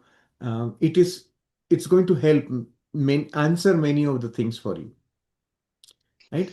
so one last question is sometimes I have a lot of difficulty in correcting my thoughts, like correcting and like correction and alignment one a thought. For example, I needed your help. Suppose I will just give an example because only with example I can make you understand what is the issue I have. Suppose there are already five number of items, those items in the house, and suppose my husband gets two, three more of those items, and I'm not operating from. I'm already grateful for all those things being in my house or being in my life, and I'm in a state of abundance, and I am grateful. But somehow I feel I don't need more of this because they're going to occupy more space, and from my side, more work in looking after those things. So, what is wrong with this thought, and how do I correct this thought? It's receiving. It's a problem of receiving, right? You But have those already a, existing, should I receive same things? Suppose I have five carpets. Do I receive two more carpets? okay, tell me one thing. You have Okay. two children, you get a third one. What will you do? Is it not a planned life That's in what that? I'm saying. This is what I'm saying. You are not accepting the unfolding of nature. So it's giving you more opportunities. Okay. Yeah, you do. Now recognize, right? Mm, You get my point. Unfoldment of how nature presents itself, you have to get out of the way. And that is the purpose of learning, right? That is where you will be, like Ajayji was saying, you don't become an obstacle in the flow of the river. Get out of it. Allow the flow. What is the correcting thought? What do I say? Like how when I sit for quiet practice, how I'm do I correct I am an thoughts? open and clear channel for receiving whatever comes my way. I accept the unfoldment as it appears in my life, All right. as it is. Whatever is coming, I accept it. I mean, I'm not stopping, but when it comes, I don't give that kind of a love. I have that. So ये तीसरा लड़का है. तीसरा लड़का आ Mm, गया. See? And you are saying, oh नहीं मेरे पास already दो है, नहीं चाहिए तीसरा. वो आ गया. mm, अब क्या करोगे?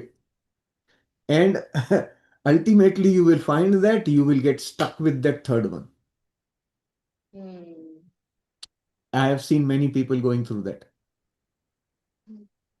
Like right?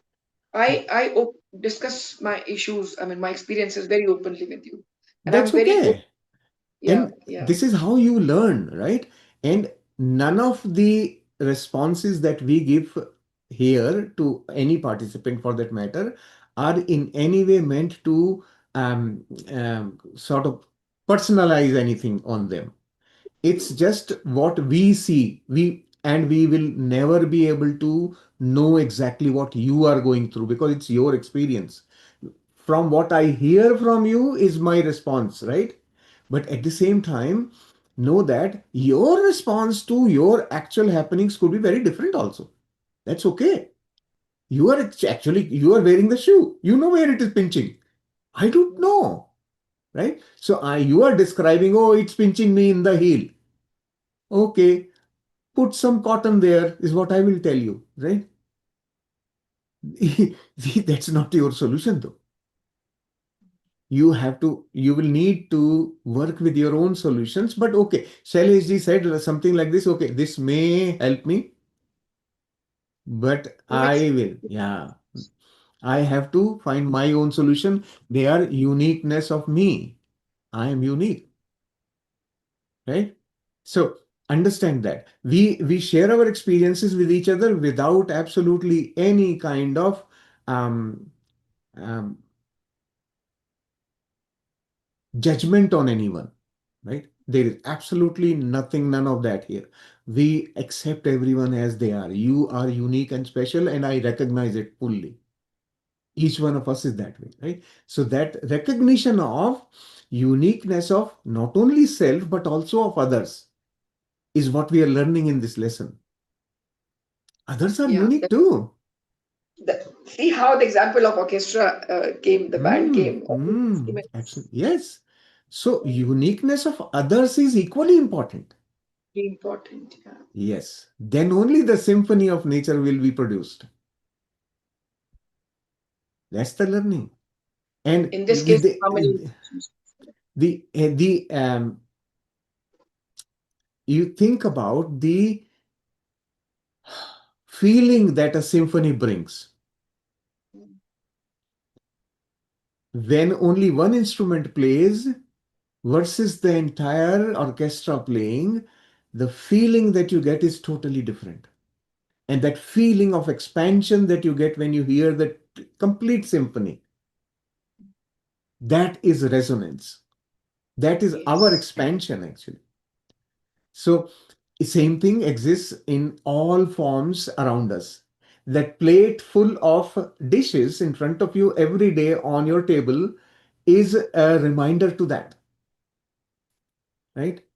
The Yeah. meal that you are consuming at that time is a sum total of all those dishes. That is the enjoyment, right? Including that little achar and little chutney, little green chili, whatever. The entire thing together gives you that enjoyment and satisfaction. And imagine now for the creator who made that with one thought created all this thing, needs the symphony of the whole thing, right? And we are just messing up with the strings here. No, no, no, no, this string is not good like this. Hey, it needs to be like that. Why not like that? Right? Hey, Jasmeet why are you like this? No, no, no, no, don't do like this. Do like that, like that. I am imposing you. Your string is not able to vibrate. Mm. You get my point? That vibration of string has to be its own unique, natural one. That's why this string was created. Then only the Wonderful. symphony will be able to produce that enjoyment, the ultimate enjoyment. Yeah. So, very good. Don't Thank you so underestimate yourself in any way. You are not behind anything. We are all on our own individual path. Nobody, there is no race going on here. Nobody is faster or slower. None of that. We are each moving at our own pace, and you will be surprised when things will begin to trigger. And you will find, oh, I am actually ahead of the group. No, Many but I'm questions. surprised. My higher self talks to me like question answers. I'm Huh? like as if I'm talking to somebody quietly. Huh? पूरा question answers चल रहे होते हैं. I Hmm. experience that. I mean, whenever I am in a doubt or dilemma, and when I ask for it, it comes. Hmm. That kind of a question answer form and opening, and I'm somewhat like very happy that okay, then I'm not in doubt. Then I become very crystal clear. Okay, I have to do like this. This is it. That's it. So, you have already distinguished now Hmm. that knowing will never come with a doubt. That is No, your higher, that is your higher self, right? And whenever there is a doubt, that is not your higher self. So when that you look at the events in your life, right? All the events so far in your life, so many difficult challenges came and you just sailed through it, right? That is your higher self guiding you through the things in a way that you were able to successfully be available at the other end of the tunnel. That's all it was, right? And know that this is a game of probability. You are in the mind. This is the domain of the mind that we are living in. The body is in the domain of the mind. So, in the domain of the mind, what is happening? Probability. Everything has a probability of 50%. The theory of probability is what? Everything is possible 50% of the time. That's the possibility, right? So, probability of success without using your wisdom is 50% always, anyway. And such of those cases you are remembering. Oh, see, I was able to do it. I was not in my heart space, but I was able to do it. That is that 50%. Okay. But it's more important, like I'll reiterate once again, but you keep telling us that slow down and you will be able to connect. Yes, yes. Is important. I realized that slowing, pausing, silence, all those things really help. अब तो शैलेश जी को fees दे दो. I'm sorry, I can't make the idlis. My idlis will be like bombs. I cannot make good idlis. अरे दिल से दे दो यार. हाँ, that's it. खत्म. और क्या चाहिए? Pakka, Good. pakka. Very good. Oh, I am really happy that you are able to do some of that, right? You are yes, able yes. to. This is the best part of being together in a group. We are all holding each other's hand only. Shailesh ji is not a sadhu sant or anything. He's just like you only. Trying out things in my life also, and I'm sharing with you. And that's it. Thank you So so much. Thank you. thank you, thank you, thank you. Yeah. Sunanda ji, yes. Yeah, Salejji, as you are telling Hatmiji, I could remember during one of those our regular meditation, the flash came, I'm catching hold of your feet, both the both the legs. I was telling Ajay later, he is my higher self. So whatever I hear from him, naturally I get the answer. Answer means the thought. The Uh, thought comes, the right thought comes. uh. So it is true, Shaileshji, what Hasmiji is telling. Thank you, thank you. Yes. Yeah. All of us are guided. This is a confirmation that we are not alone. We have our own inbuilt system of guidance, may not be visible to the eyes. That's okay. Our senses are not able to see them, but they are always there. We are never alone. Think of it like a creation of love cannot be left in misery, right? The creation of Yeah. love will always be in that state and being looked after. So we have always been looked after and will remain to be looked after. Just we have to trust it. And that's the trust we are opening. Essentially, we are opening that only, uncovering that fear that we have been nurturing, that, oh, I am alone, I am separate from. That separation causes all this anxiety. So, yeah, Yeah. you are not left alone. You have added advantage that you have Ajay ji with you. There is a wisdom sitting right beside you all the time. So, I get my own wisdom, Shaileshji. I ah, never talk to him about all these things. I get my own wisdom, and the, that's why he's surprised. Whatever I don't know what I ah, told. ah, That's why maybe he's surprised. Sometimes, many times he has told me, "Oh, you can think that way. Oh, ah, you can think." Many times, like. ah, hmm, Not now, for ah, I'm talking about ah, around within a 20-25 years. ah, So that time I think to myself, why he has to think that? Then I said, okay, no problem. Maybe it ah, is there. ah.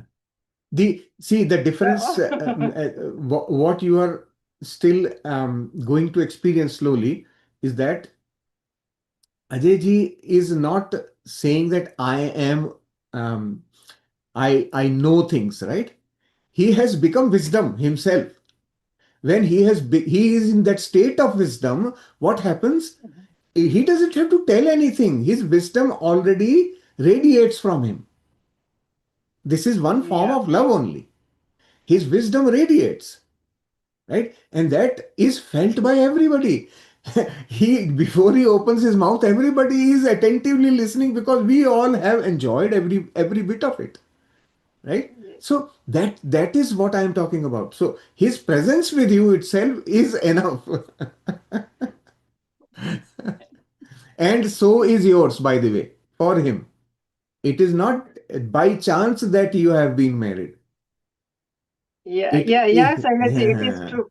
It is Ah, true, Shailaji. yes. Many occasions I can tell, but both of us at a time, we Ah, have started together. ah, correct.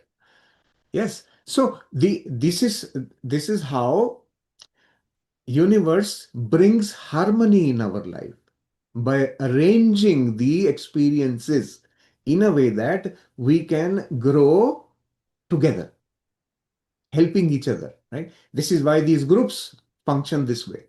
The groups have their own dynamic, their own energy. This is no different from being married, by the way. We all Yeah, come together in a group. It is just another relationship, right? We come together at our own will. There is no bonding. We are just free. And in the freedom blossoms the reality, right? This is a learning we have to know from our experience in a group. That freedom that you enjoy, that's why you remain part of a group, because you enjoy a freedom. And that freedom comes from the basic fundamental strength that we all have, the common factor, that love, the common thing, right? Our essence yeah, is the same. So yeah. thank you. Thank Yeah, you, thank you. you today. All I can say tell you is that you have confirmed to me that you are making enough progress. You are not behind in any way. You are with the chapters. So Yes, your way of experiencing it may be different. Doesn't matter. Everybody is not same anyway, right? We are all unique. So yeah, you are yeah. uniquely experiencing it, and to me, this is a revelation. I am seeing the unfoldment happening beyond the book. And that's perfectly acceptable to me. The book is not the only way, right? This is an open acceptance. Yeah. Perfect. Nobody is Thank you. behind in the class, especially this group, the group for English sessions is a very different energy, very different level. The someday I will talk about that also. The level of consciousness differentiates our um, spiritual experiences. It's kind of cyclic thing. It feeds each other.